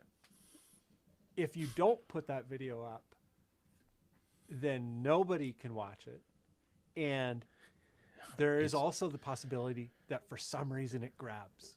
100%. Do you Well, want to we've get said that known about on music your very too, first right? video? I wouldn't want to get known on my very first video. No, My first video was terrible, but I'm surprised I nonetheless. still have mine up. But yeah, exactly. You're right. The other last thing is about, it's funny that you brought up Lance Mountain, because I was thinking when we were talking earlier about skating about Lance Mountain in a different like Context. context.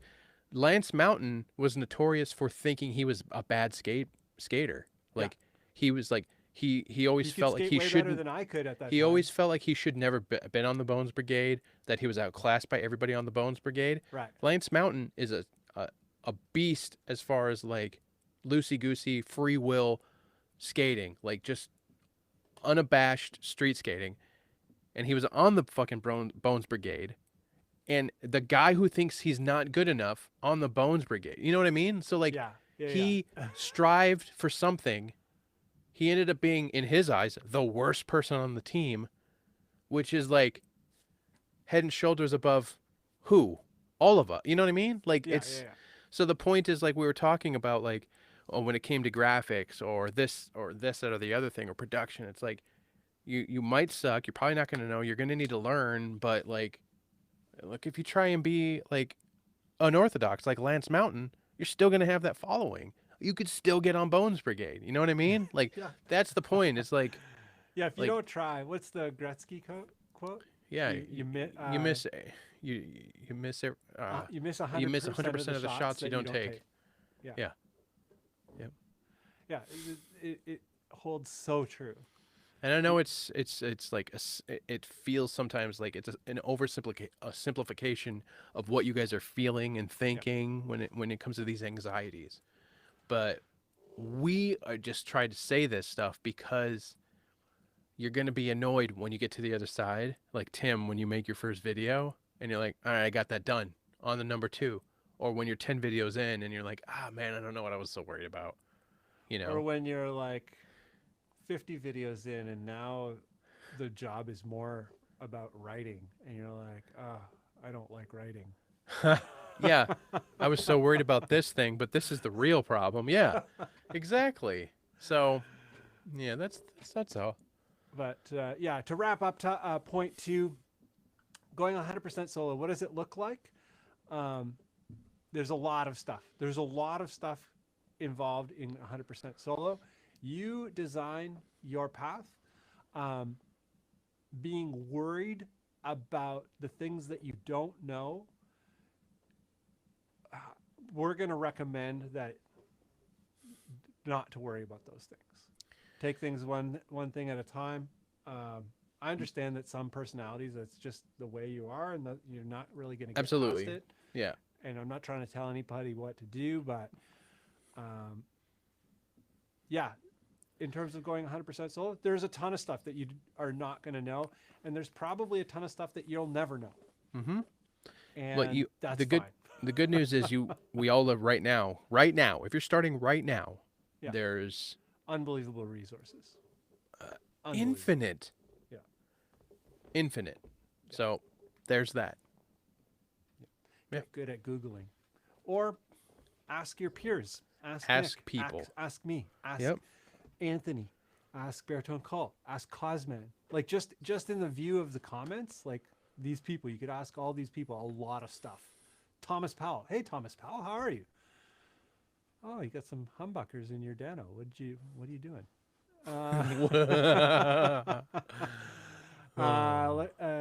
Who else? Sean Heath. Like, yeah, you could ask all of these people like a lot of stuff, and they would have great answers for you. So that's an amazing thing about right now, and especially us, being kind of connected through the means that we're connected is we can ask each other questions. We can look to what each other are doing for inspiration, resources, pointers, insight. I don't know, whatever you can think of. And most of these folks are going to have the time and patience to share at least something a little bit. So yeah, that's amazing. Point two. What if you know very little or nothing? Yep. Don't sweat it. You're probably not going to.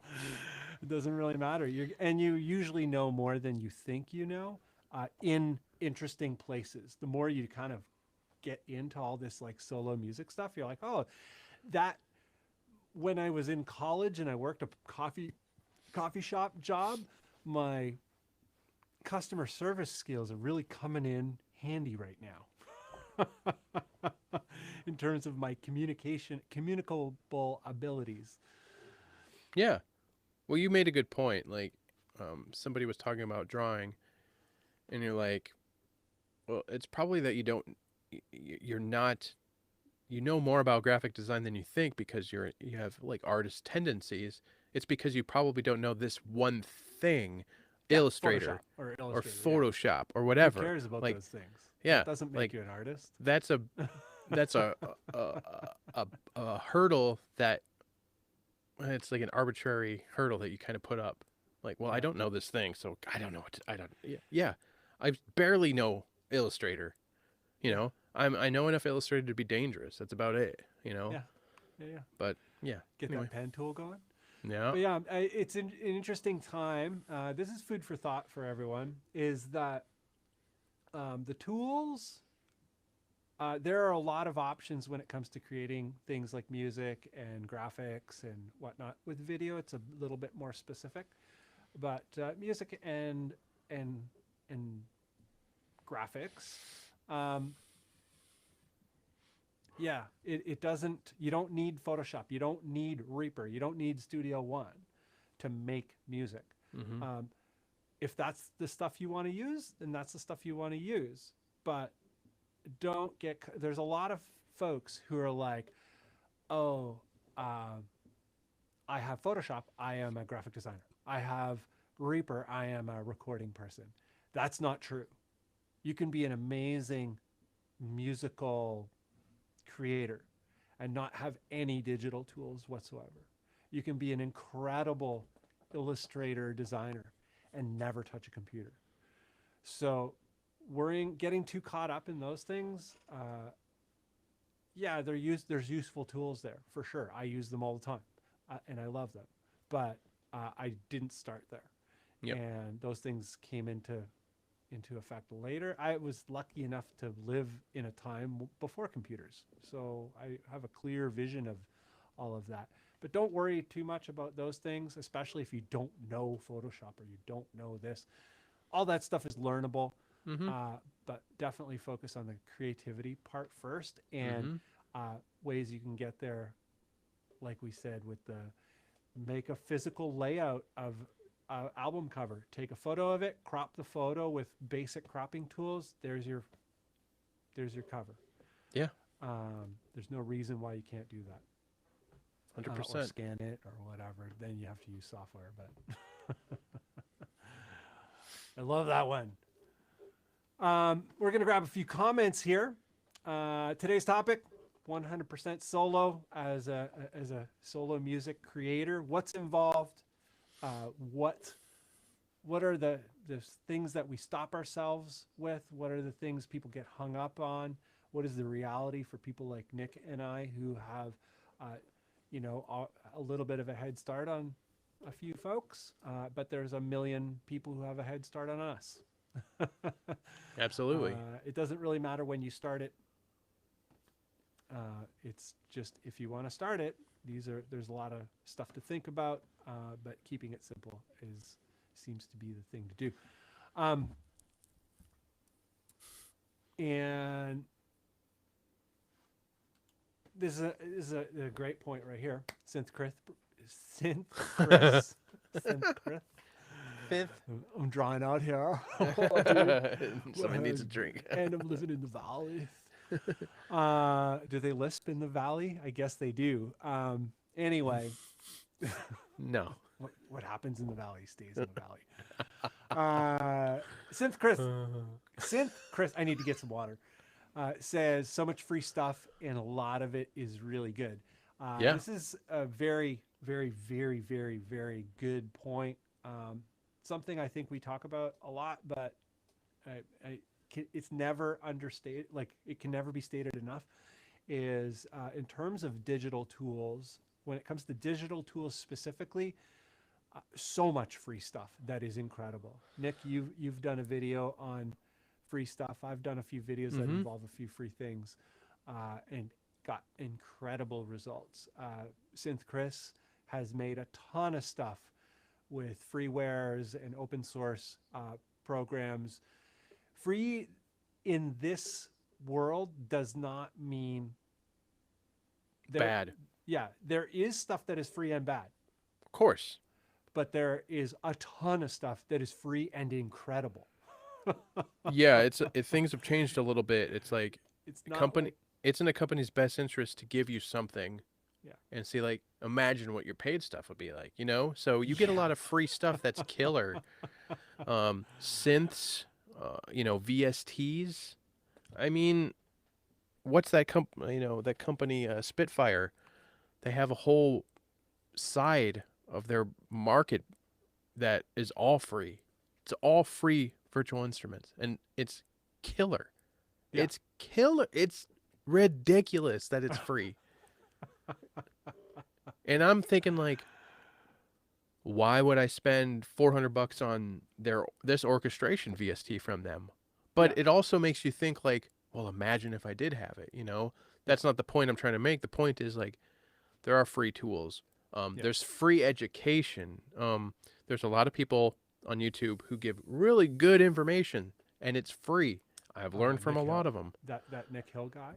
He's okay. He's got a bit of an attitude. He's got some info. Yeah. But there's even still there's new channels popping up. There's modern day, like there's the studio out of the UK that's their channel's a year old, and they're blowing up. Modern day studios or modern day productions, something like that. Two English guys, funny as hell. Yeah. And they're like a mastering studio, and they of course do records, but their channel is a wealth of knowledge, and they're new. Yeah. Yeah. So it's like there's just so much stuff out there, and that's not even considering like Creative Live, which I've purchased stuff on, and um, you Skillshare and all of Skillshare that. and Yeah. Udemy and Ultimate Recording Machine. Like Yeah. there's stuff, there's training out there. Yeah. Um, Amazing. yeah. I'm actually right now working on the elaborating videos of that 4 stages of the modern music production. Ah, So and stage one, I'm doing a video on that. it's nice that you like when you do a video like that. I think people will be like, well, like, where are these written down? Where are you getting this? And it's like, no, if you kind of look at things in the meta, in the macro, it's like these are principles that if you think about, the process ends up falling in. And I think that type Yeah, of and if you got a gig working in any any big production company, hmm that's how it would go down. It's the same from production company to production company. What changes is what the individual people bring to in terms of their skill set, or what the facilities themselves have in terms of equipment or sound stages or instruments or whatever. So those things change, but the process is the same. And I worked as a production person. Yep. I was an assistant engineer, then I was a junior engineer, and then I was audio production assistant, and worked in a whole bunch of big studios. It was always the same, no matter who the producer was, no matter what the studio was.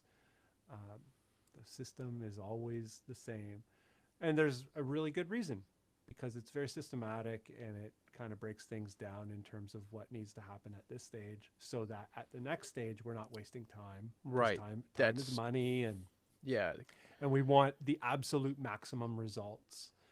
So like Well, yeah. yeah, because back in the day before you had DAWs and you can control Z, control Z, control Z, like things build on each other. It still does, but you can easily Yeah. start it I used to over. do records on 2-inch tape. That Right. was Oh, my job for a long okay. time, was operating the tape machine. High stress, man. Yeah, man. Because you miss a punch, and the client's paying $800 an hour, Yeah. and you're like, oh, sorry, I missed that punch. If you like, usually the first one you miss, it's fine. But if you Yeah. miss like 3, you're like, who the fuck is this guy? Yep. We're Well, paying $800 an hour. and it's like every bit of the stage. It's we talk about getting stuff right at the source. It's compounded at that level back in the day. It's Yeah. like you got to get it right here so that you get it right here so that when you're mixing, it's you're Oh not, yeah. your levels aren't off, and then when you're mastering or when you're printing to tape, it doesn't get fucked. Like that's why, like you said, having a process, Process allows you to kind of it account for it's everything that checks is and required. balances. Yeah. It's And yeah, it's good stuff. we don't need to concern ourselves with a lot of those things, but there's still a huge benefit to that hmm process for you and me, for people like us. Yeah. We simplify it down, boil it down to our needs. But yeah, whatchamacallit, ending off on that sort of free bit, Mr. Cosman says, once I found some YouTube videos of just applying basic tools. Smart. I was like, why did I spend money on ozone? And there's nothing wrong with ozone, especially if you have like one of the flagship offerings from them. There's some good tools in there. However, yeah, with some understanding of the basic tools and a modern DAW like Reaper, you can download it for free and use it indefinitely for free. It's not free technically, but we're just for the sake of conversation. You can use that tool for a long time with no exchange of money.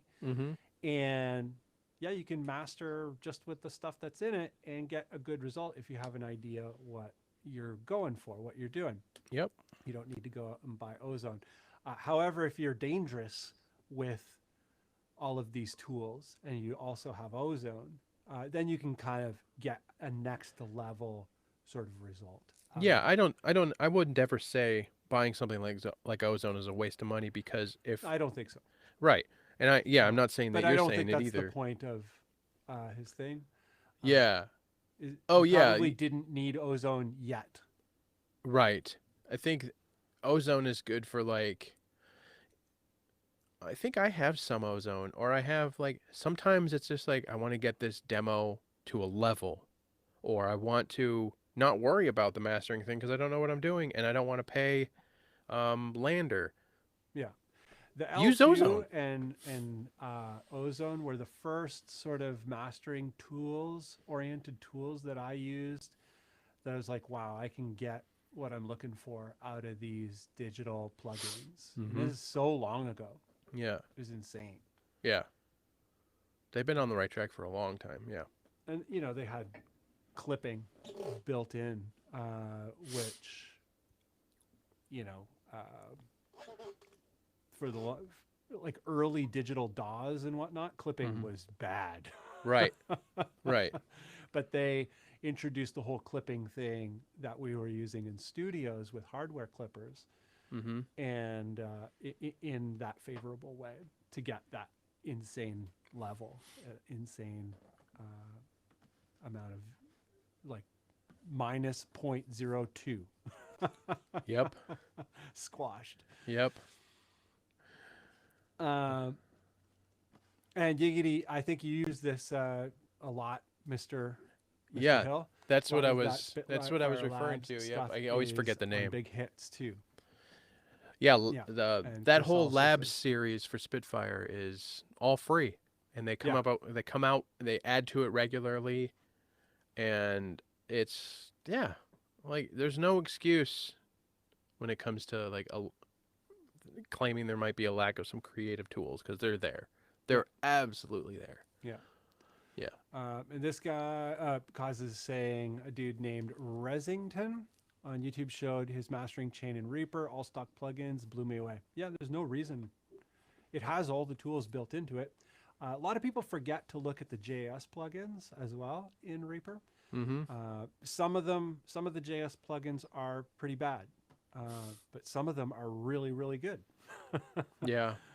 People just get turned off by the UI and oh yeah, Piano Book too is another. It's almost a community-based VST kind of thing where people will create samples and instruments that you can download for free or pay for, and it's crazy.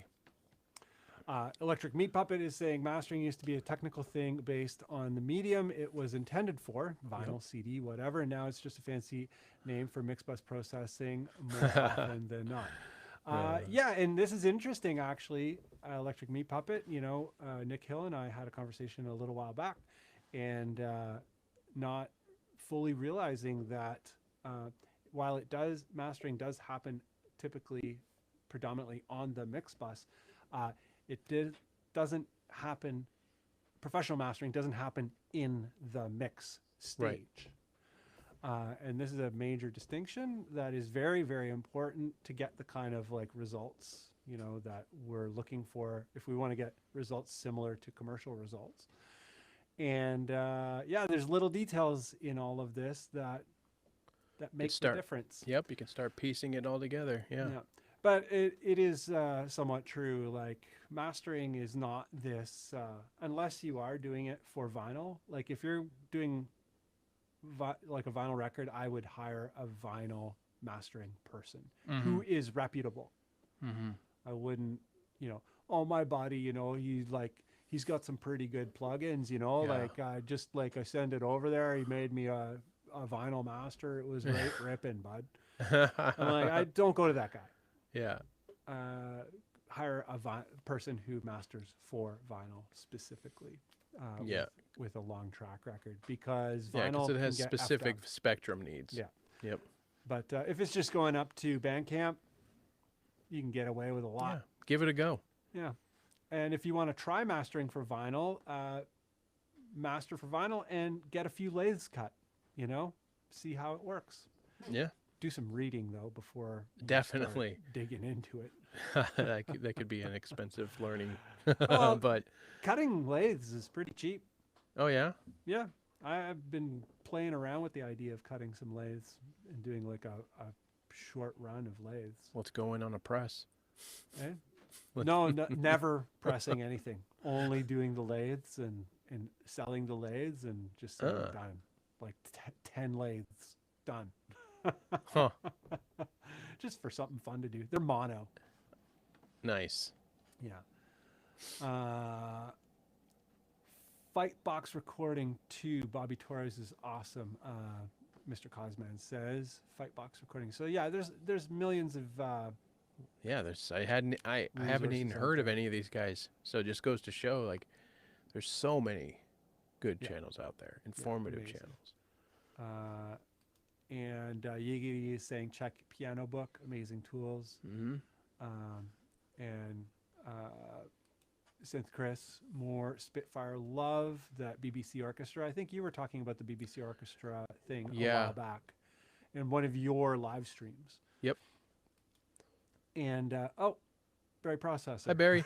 Processor. You should Barry add a few more. Yeah, can you change your name now, Barry? Barry Processor. Beep boop. What's up, Processor? But it just the thing advanced anyway. But and advanced again. Damn it. Okay. You got the right one, don't you? Yeah. There we go. The JS saturation winner. Yeah, that is a very useful plugin. Strangely highly overlooked.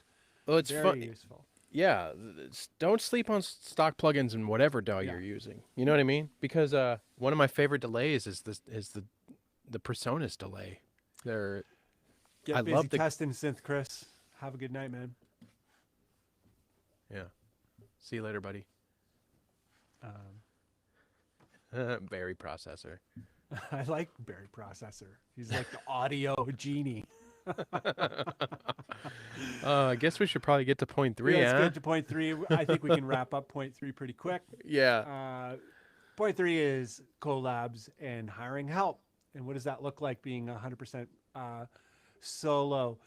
What is that? Does that even compute? You were talking earlier, Nick Hill, about, by the way, today's topic is all about going 100% solo. What does that look like?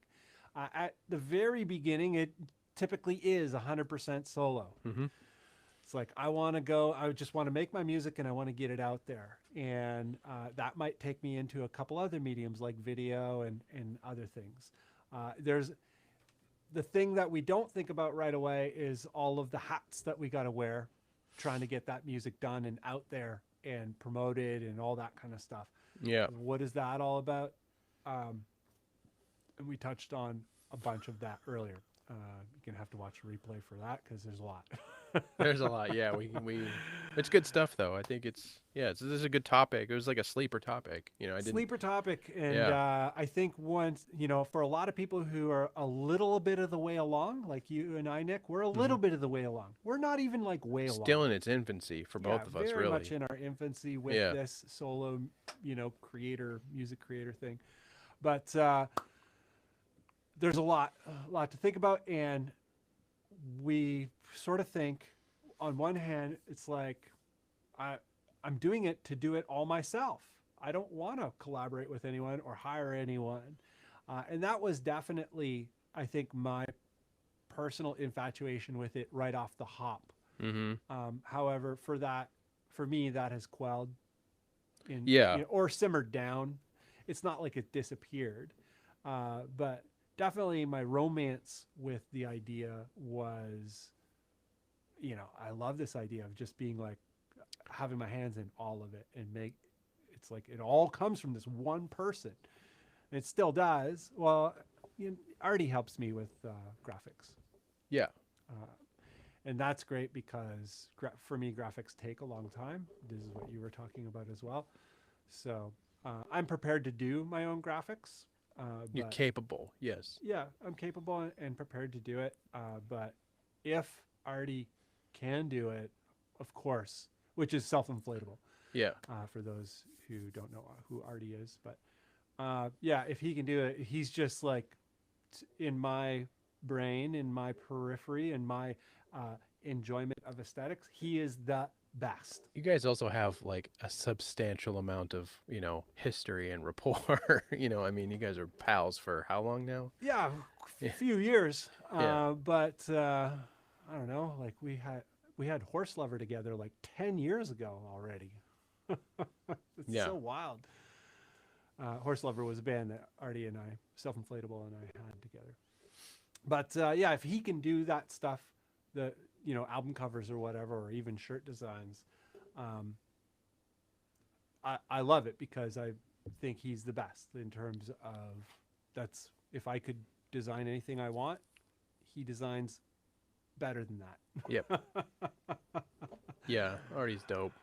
Yeah. So I'm into collabs and hiring out that way, and I think you're of similar things. So Yeah. when you first started, were you infatuated? Did you have this sort of infatuation with the everything is coming through my hands idea? 100%. Yeah, Absolutely. I think that's a normal thing for the 100% solo. I Yep. think a lot of people come into it because they're psyched to create a whole bunch of stuff. Yeah. Or at least try. It's like you get so overwhelmed with creative, like, I don't know, fuel. And I certainly can't put it all into my riff playing because, like I have a ceiling and I get to that ceiling and then it's like, oh, where else can I put this? Oh, where else can I put this? And I do it in videos and you'll see it in, and that's another thing too. That's a whole nother topic. Like I want to go even deeper with videos too. And it's like, it comes down to time a lot of the time. But yeah, I at least, and then somebody brought it up too. It's always good to know the process or what goes into it. And so I that you think can because of communicate it to yeah, professionals. communication for sure. And I think then it gives me much more appreciation for when people are good at this, that, or the other thing. Why I'm like okay with. I got lucky when becoming best pals with you and you having Artie and Artie being kind enough to like let me pay him to do stuff. Like I got lucky, you know what I mean? Like Yeah, he doesn't take on clients, eh? yeah. Every now and then he muses on it. He's like, should I take on some clients? He's like, I hate taking on clients. Yeah. Yeah. I've had that discussion with him too. And I'm like, I get it. Yeah. I get it. But Also, he's trying to do his own music, so he's got a limited amount of time. But yeah, collaborating, it's totally okay. Hiring people to help you, it's totally okay. I highly suggest, at least trying a thing. Like we've been reverting back to the graphic design example a lot because graphics are a huge part of being in the music space. Graphics are massive. And I think a lot of people kind of don't think about it and then they find themselves there. Yeah. And they can make a huge difference in terms of the impression that your material makes. Yep. Either the effectiveness of it or kind of forming the brand going forward. Like, what is the aesthetic of this music? Well, yeah. The graphics have a big part to play in shaping all of that. Well, how many times you go, going through a crate and you see a cool cover, Oh, I've bought so many of those records. That's all I had when I was younger. Absolutely. And reviews. There was no internet. Absolutely. And there's endless amount of like, obviously I was on the tail end of vinyl and CDs were huge and tapes were huge when I was a kid getting into music. So same thing. Like I remember picking up metal albums because of the cover. So, and sometimes you got lucky when the album happened to be good, It's so funny. Faith No More, right? Of course. Faith No More, lots of big fans of Faith No More. I'm not smack talking Faith No More, but like I'm not a Faith No More fan generally speaking. However, they do have a record that I like a lot. I think it's Wolves, something to do with wolves. Yep. I know I've listened to it a few times on purpose, and I'm like, oh, this is a really good album, or a album that I resonate with. Yeah. But generally speaking, I'm not much of a Faith No More fan. I don't dislike them. I don't like them. I'm kind of indifferent. Yeah, it's not your Doesn't do thing. thing for me. But when I was a kid, I bought the Real Thing record. I don't know if you know that cover, but it has like water and fire and Yep. I don't know. When I was a teenager, it looked awesome. Yeah. And the guy at the record store is like, "Oh yeah, this is awesome." And I'm like, "Sweet, it looks wicked." And I bought it. And I got home and I put it on. I'm like, "Oh, this is not awesome." It's like whatever it is, it's not what I want to hear. Yeah. And I'd go through it, and my brother was sitting at the kitchen table. My brother was sitting across from me, Yeah. and it was after school. You know, I went to the record store after school, grabbed this thing before the mall closed, and you know, it was a tape actually. Mm-hmm. And my brother was like, your album sucks. This band sucks. He sucks. You suck. everything about your life sucks." And he just wouldn't stop. And That's what you get. The thing is, like, I was very unhappy with my purchase because, you know, eventually I was in line with what he was saying because he was just like, he was bugging me and I wanted to smash him. Yeah. But I, you know, I got through this whole record and there wasn't a single tune on it that I'm like, "Oh, that's a cool tune," you know. Oh man. Yeah, I'm sure there's lots of great tunes on that record, but like, none for me. Yeah. But I was like, my brother was just driving the salt into the wound. Oh yeah. Damn it. And I bought the record on the graphics. Yeah. And it didn't deliver on the expectation. Well, that's the dangerous thing about graphics.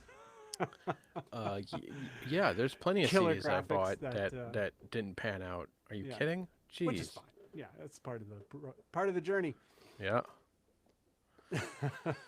But yeah, I think graphics are a huge part of being a musician. And if you're going to go 100% solo, they can be a huge pain in the badoodle. Especially if you have no experience previously with graphics. One thing about it, though, I'm curious how you think about this, Nick. I tend to see all creative things as sort of similar. Like, I approach them all the same way. I approach creating music the same way that I approach creating graphics, same way that I approach illustration, same way that I approach videos. Videos are a little bit more strategic because we've talked about that before. Like, you shoot something and then you got to do something with the shooting. The creativity really is in the writing and how it's shot and then what you have to put together. But, you know, it's more in these clear steps compared to maybe the other ones that are a little bit more gooey. But they were, you know, crafting a piece of music, putting a piece of music together. I feel like that is very, very much the same process as creating graphics. And I look at them exactly the same. I go about it exactly the same way. And yeah. I wonder, like, maybe folks have never contemplated this, but also maybe it's worth trying. It's like, okay, well, I know how to kind of put a little bit of music together. I'm going to go about graphics and try and put some graphics together for my music using a similar sort of inspiration. And keep in mind, like, graphics do not have to be a photograph, do not have to be an illustration, do not have to be typography, it could be a bunch of collage of random stuff. Graphics are a beautiful thing. Yeah. That way. Yeah. It does not have to be anything. It could be any of those things. It could be none of those things. Yeah, exactly. Exactly. You just want to get a feeling, put a feeling together. Yeah, that's exact. And it's a mega any art is subjective too. So it's like, are you getting something from it? Yeah. Because if you are, odds are somebody else is. Yeah. And you got to go with that feeling. Yeah. Too, you know, like with the partisan component stuff that I did, like I said, it was basically text based for the most part, and some pictures. And I'm like, does this feel like the song? And I'm like, yeah. Perfect. I'm like, then it's good enough. Yeah. And when I say good enough, it wasn't like, "Oh, I'm settling." It was like, Good no, enough. yeah, good is enough. It's good enough with it. Yeah. Yeah, that's what it was. 100%. Yeah. That is a very important step. But yeah, if you're not comfortable with graphics, we keep going back to graphics because I think it's a very relatable part of the music journey. If you're doing it all yourself, try it. There's a good chance you have some skills. You do not need to use digital tools. You can go about it a bunch of ways. But if it's not working out, hire someone. Yeah. Yeah. You know? There's always that. It's pretty easy to hire someone. I would recommend try sending an email to the graphic artist that you like the most. They might seem too expensive off the top. You never know. But if you send them a very nice email, if you craft a very nice message, and be like, big fan of your work, I've been following you this long, you did this, that, and the other thing that I really enjoyed of other artists or whatever. I'm an artist in wherever, St. Paul, Minnesota, and I just went on my own, and I need to get some graphics done. I'm wondering if I can afford your services. What do I need to know? Exactly. I do that kind of thing all the time. You know? Yeah. You're really good at it. Bad out of your league. Like, you're just asking a question. Yeah. And it's an if email. you ask the question in a nice way, no big deal. You'll be real surprised at what they say. Yeah. Sometimes you get way more than you bargained for. Mm-hmm. Yeah. Oh, so, DeviantArt, remember that? Oh yeah, DeviantArt. Yeah. Yeah, man. There's a lot of creative assets there. Textures, yeah, I think that's what it ended up kind of turning into, but yeah.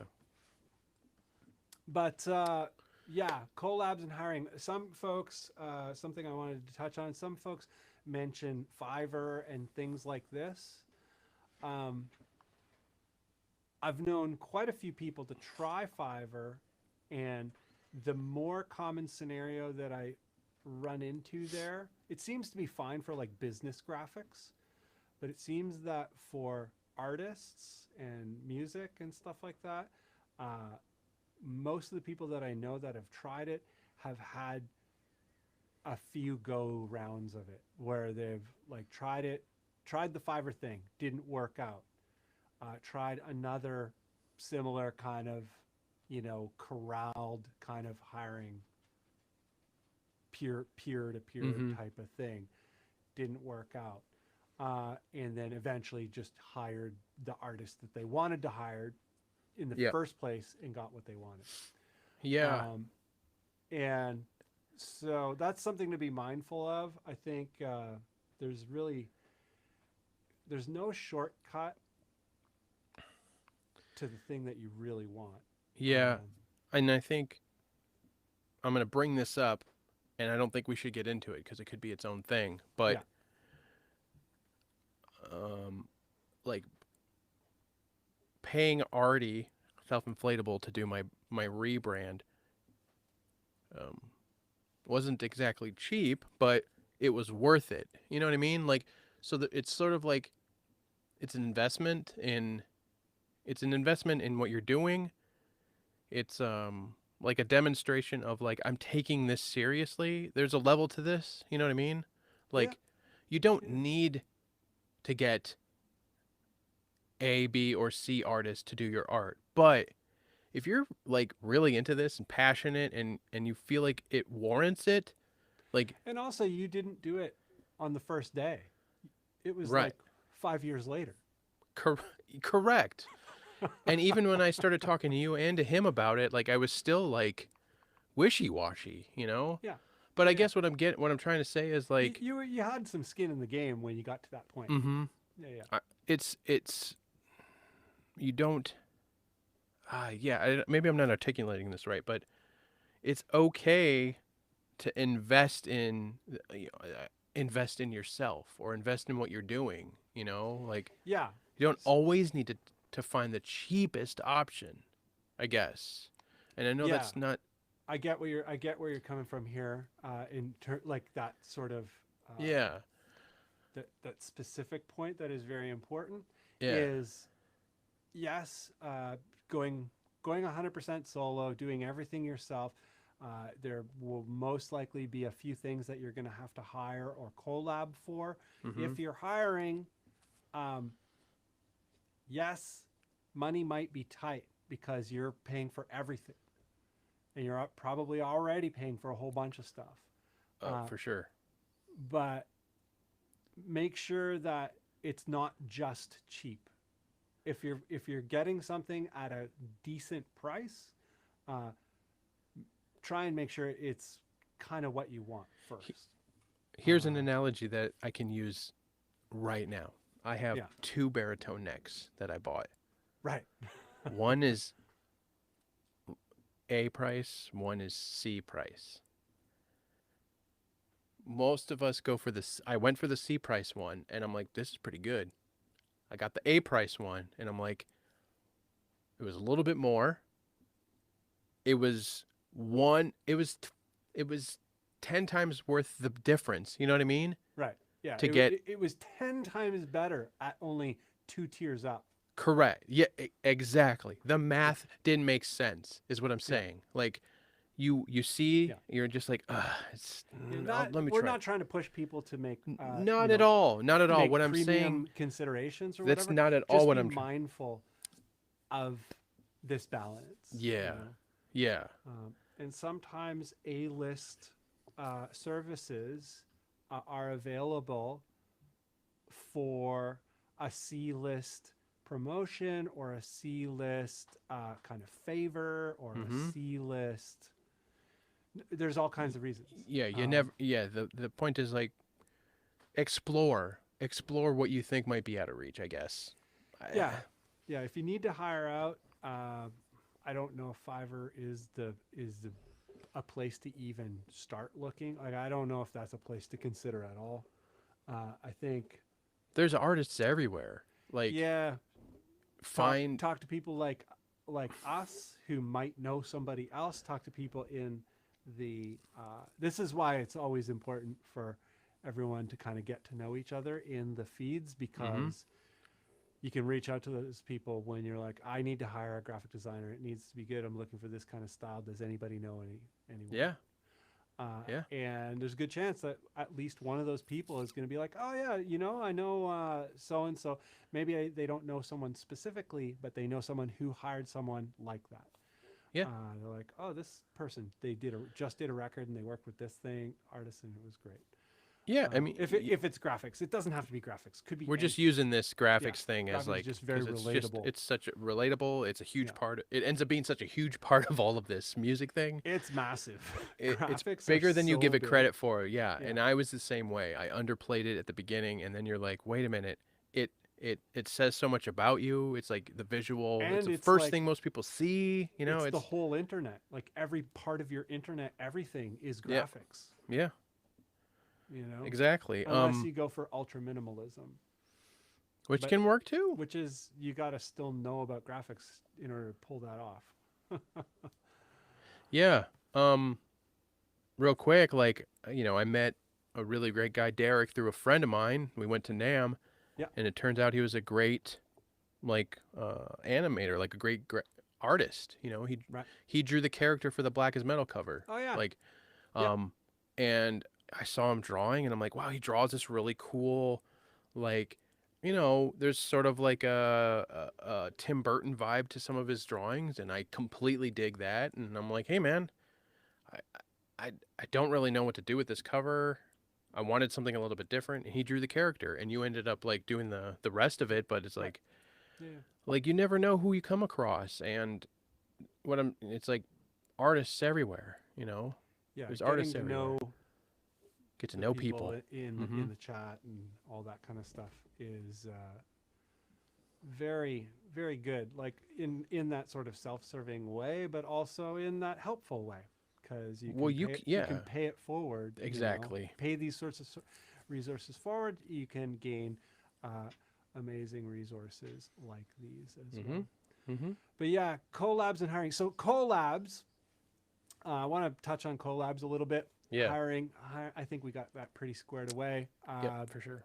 Be mindful with hiring. Try not to use things like Fiverr and whatnot. Yeah, done. Yep.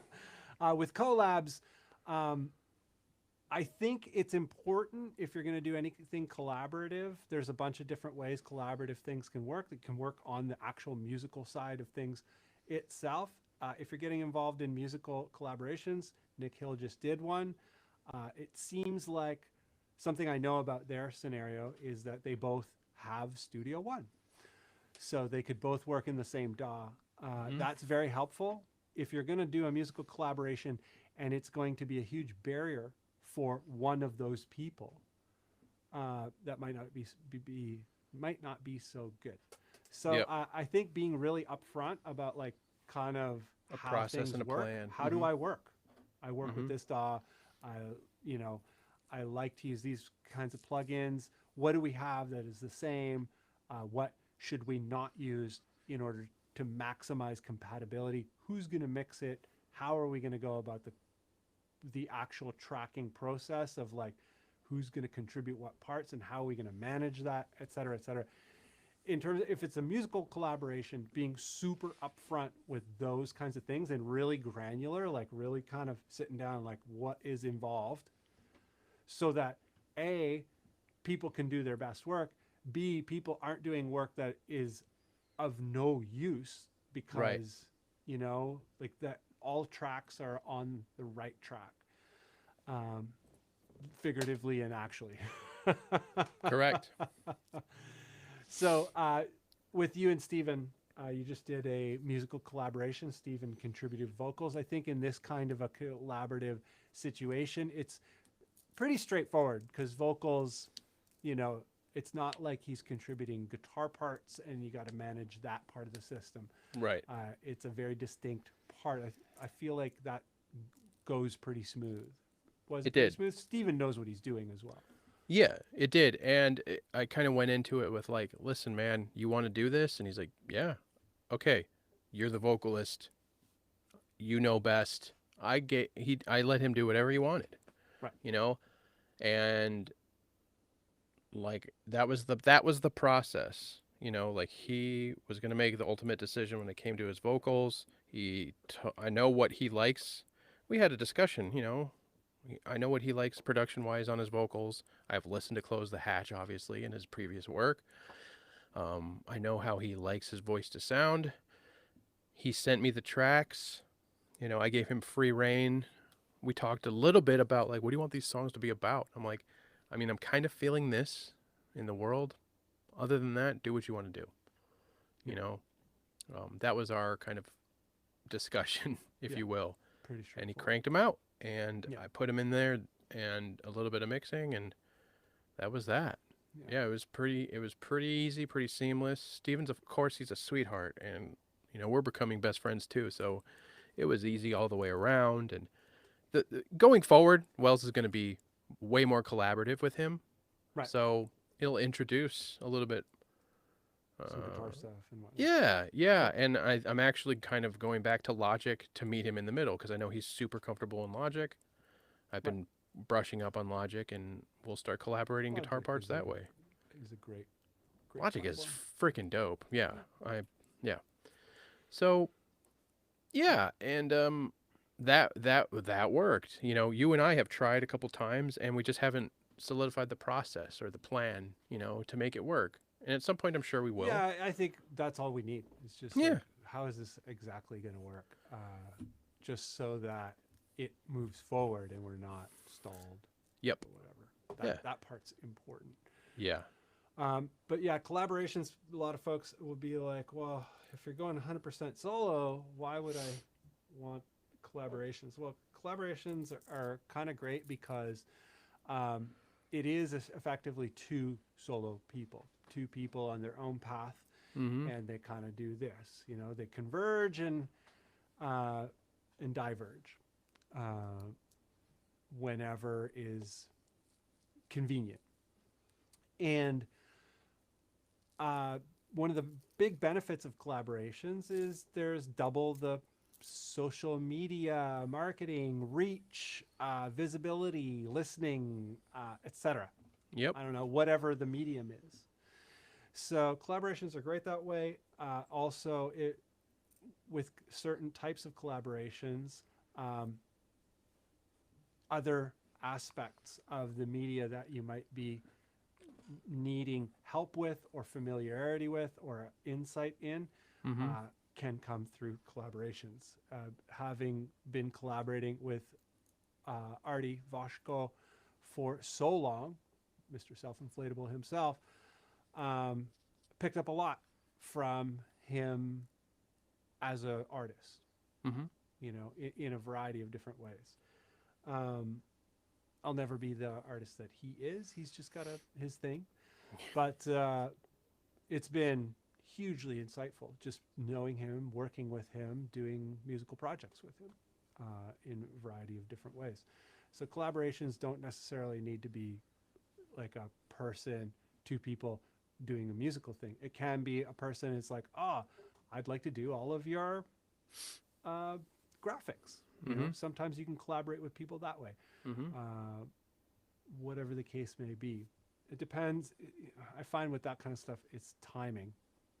Yeah. Two people, kind of the timing, the aesthetics, the attitudes, everything kind of lines up, or it doesn't. You can't force those types of things. Well, it's like Pushhead did all Metallica's covers for how long? Yeah. Like, Yeah. yeah. So you can, it can turn into a mutually beneficial relationship. Yeah. That was crazy how big that got. Yeah. No one really saw that coming. Right. He was just a guy at Thrasher magazine. Yeah. He's an illustrator and writer at Thrasher magazine, and somehow started doing the Metallica stuff. Caught the eyes of James and did all their stuff. It's crazy. But yeah, collabs are great because you can learn a lot, you can glean a lot from collaborations, you can gain a lot and give a lot. Like there can be this like ebb and flow to it, and they can be really great. The key is to, on both sides, be interested in making the collaboration great.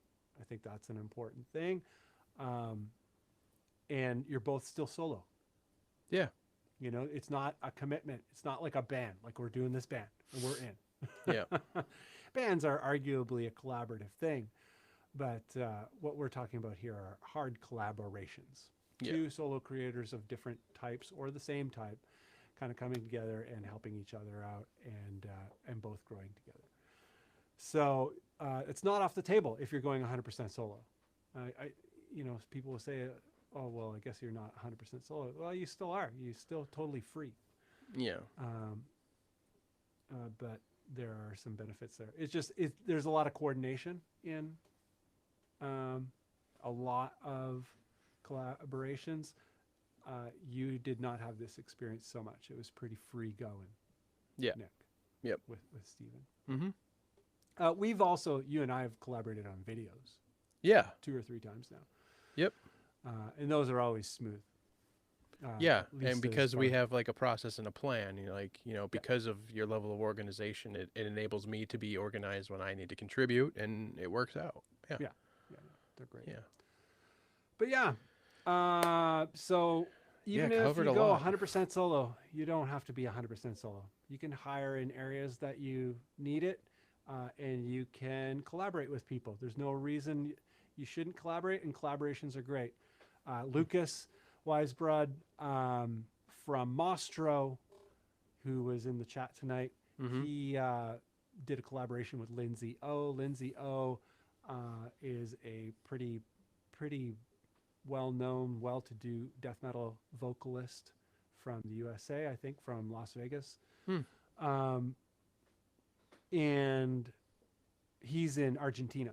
And so he's a producer, she's a vocalist. She did all the vocals and lyrics, and he did all of the producing. And they came up with a pretty incredible piece of music. And, they got more reach. She got you know, in front of people that I had never heard her prior. I Yeah. knew of the bands that she was from, Mm-hmm. but I wasn't really in that world.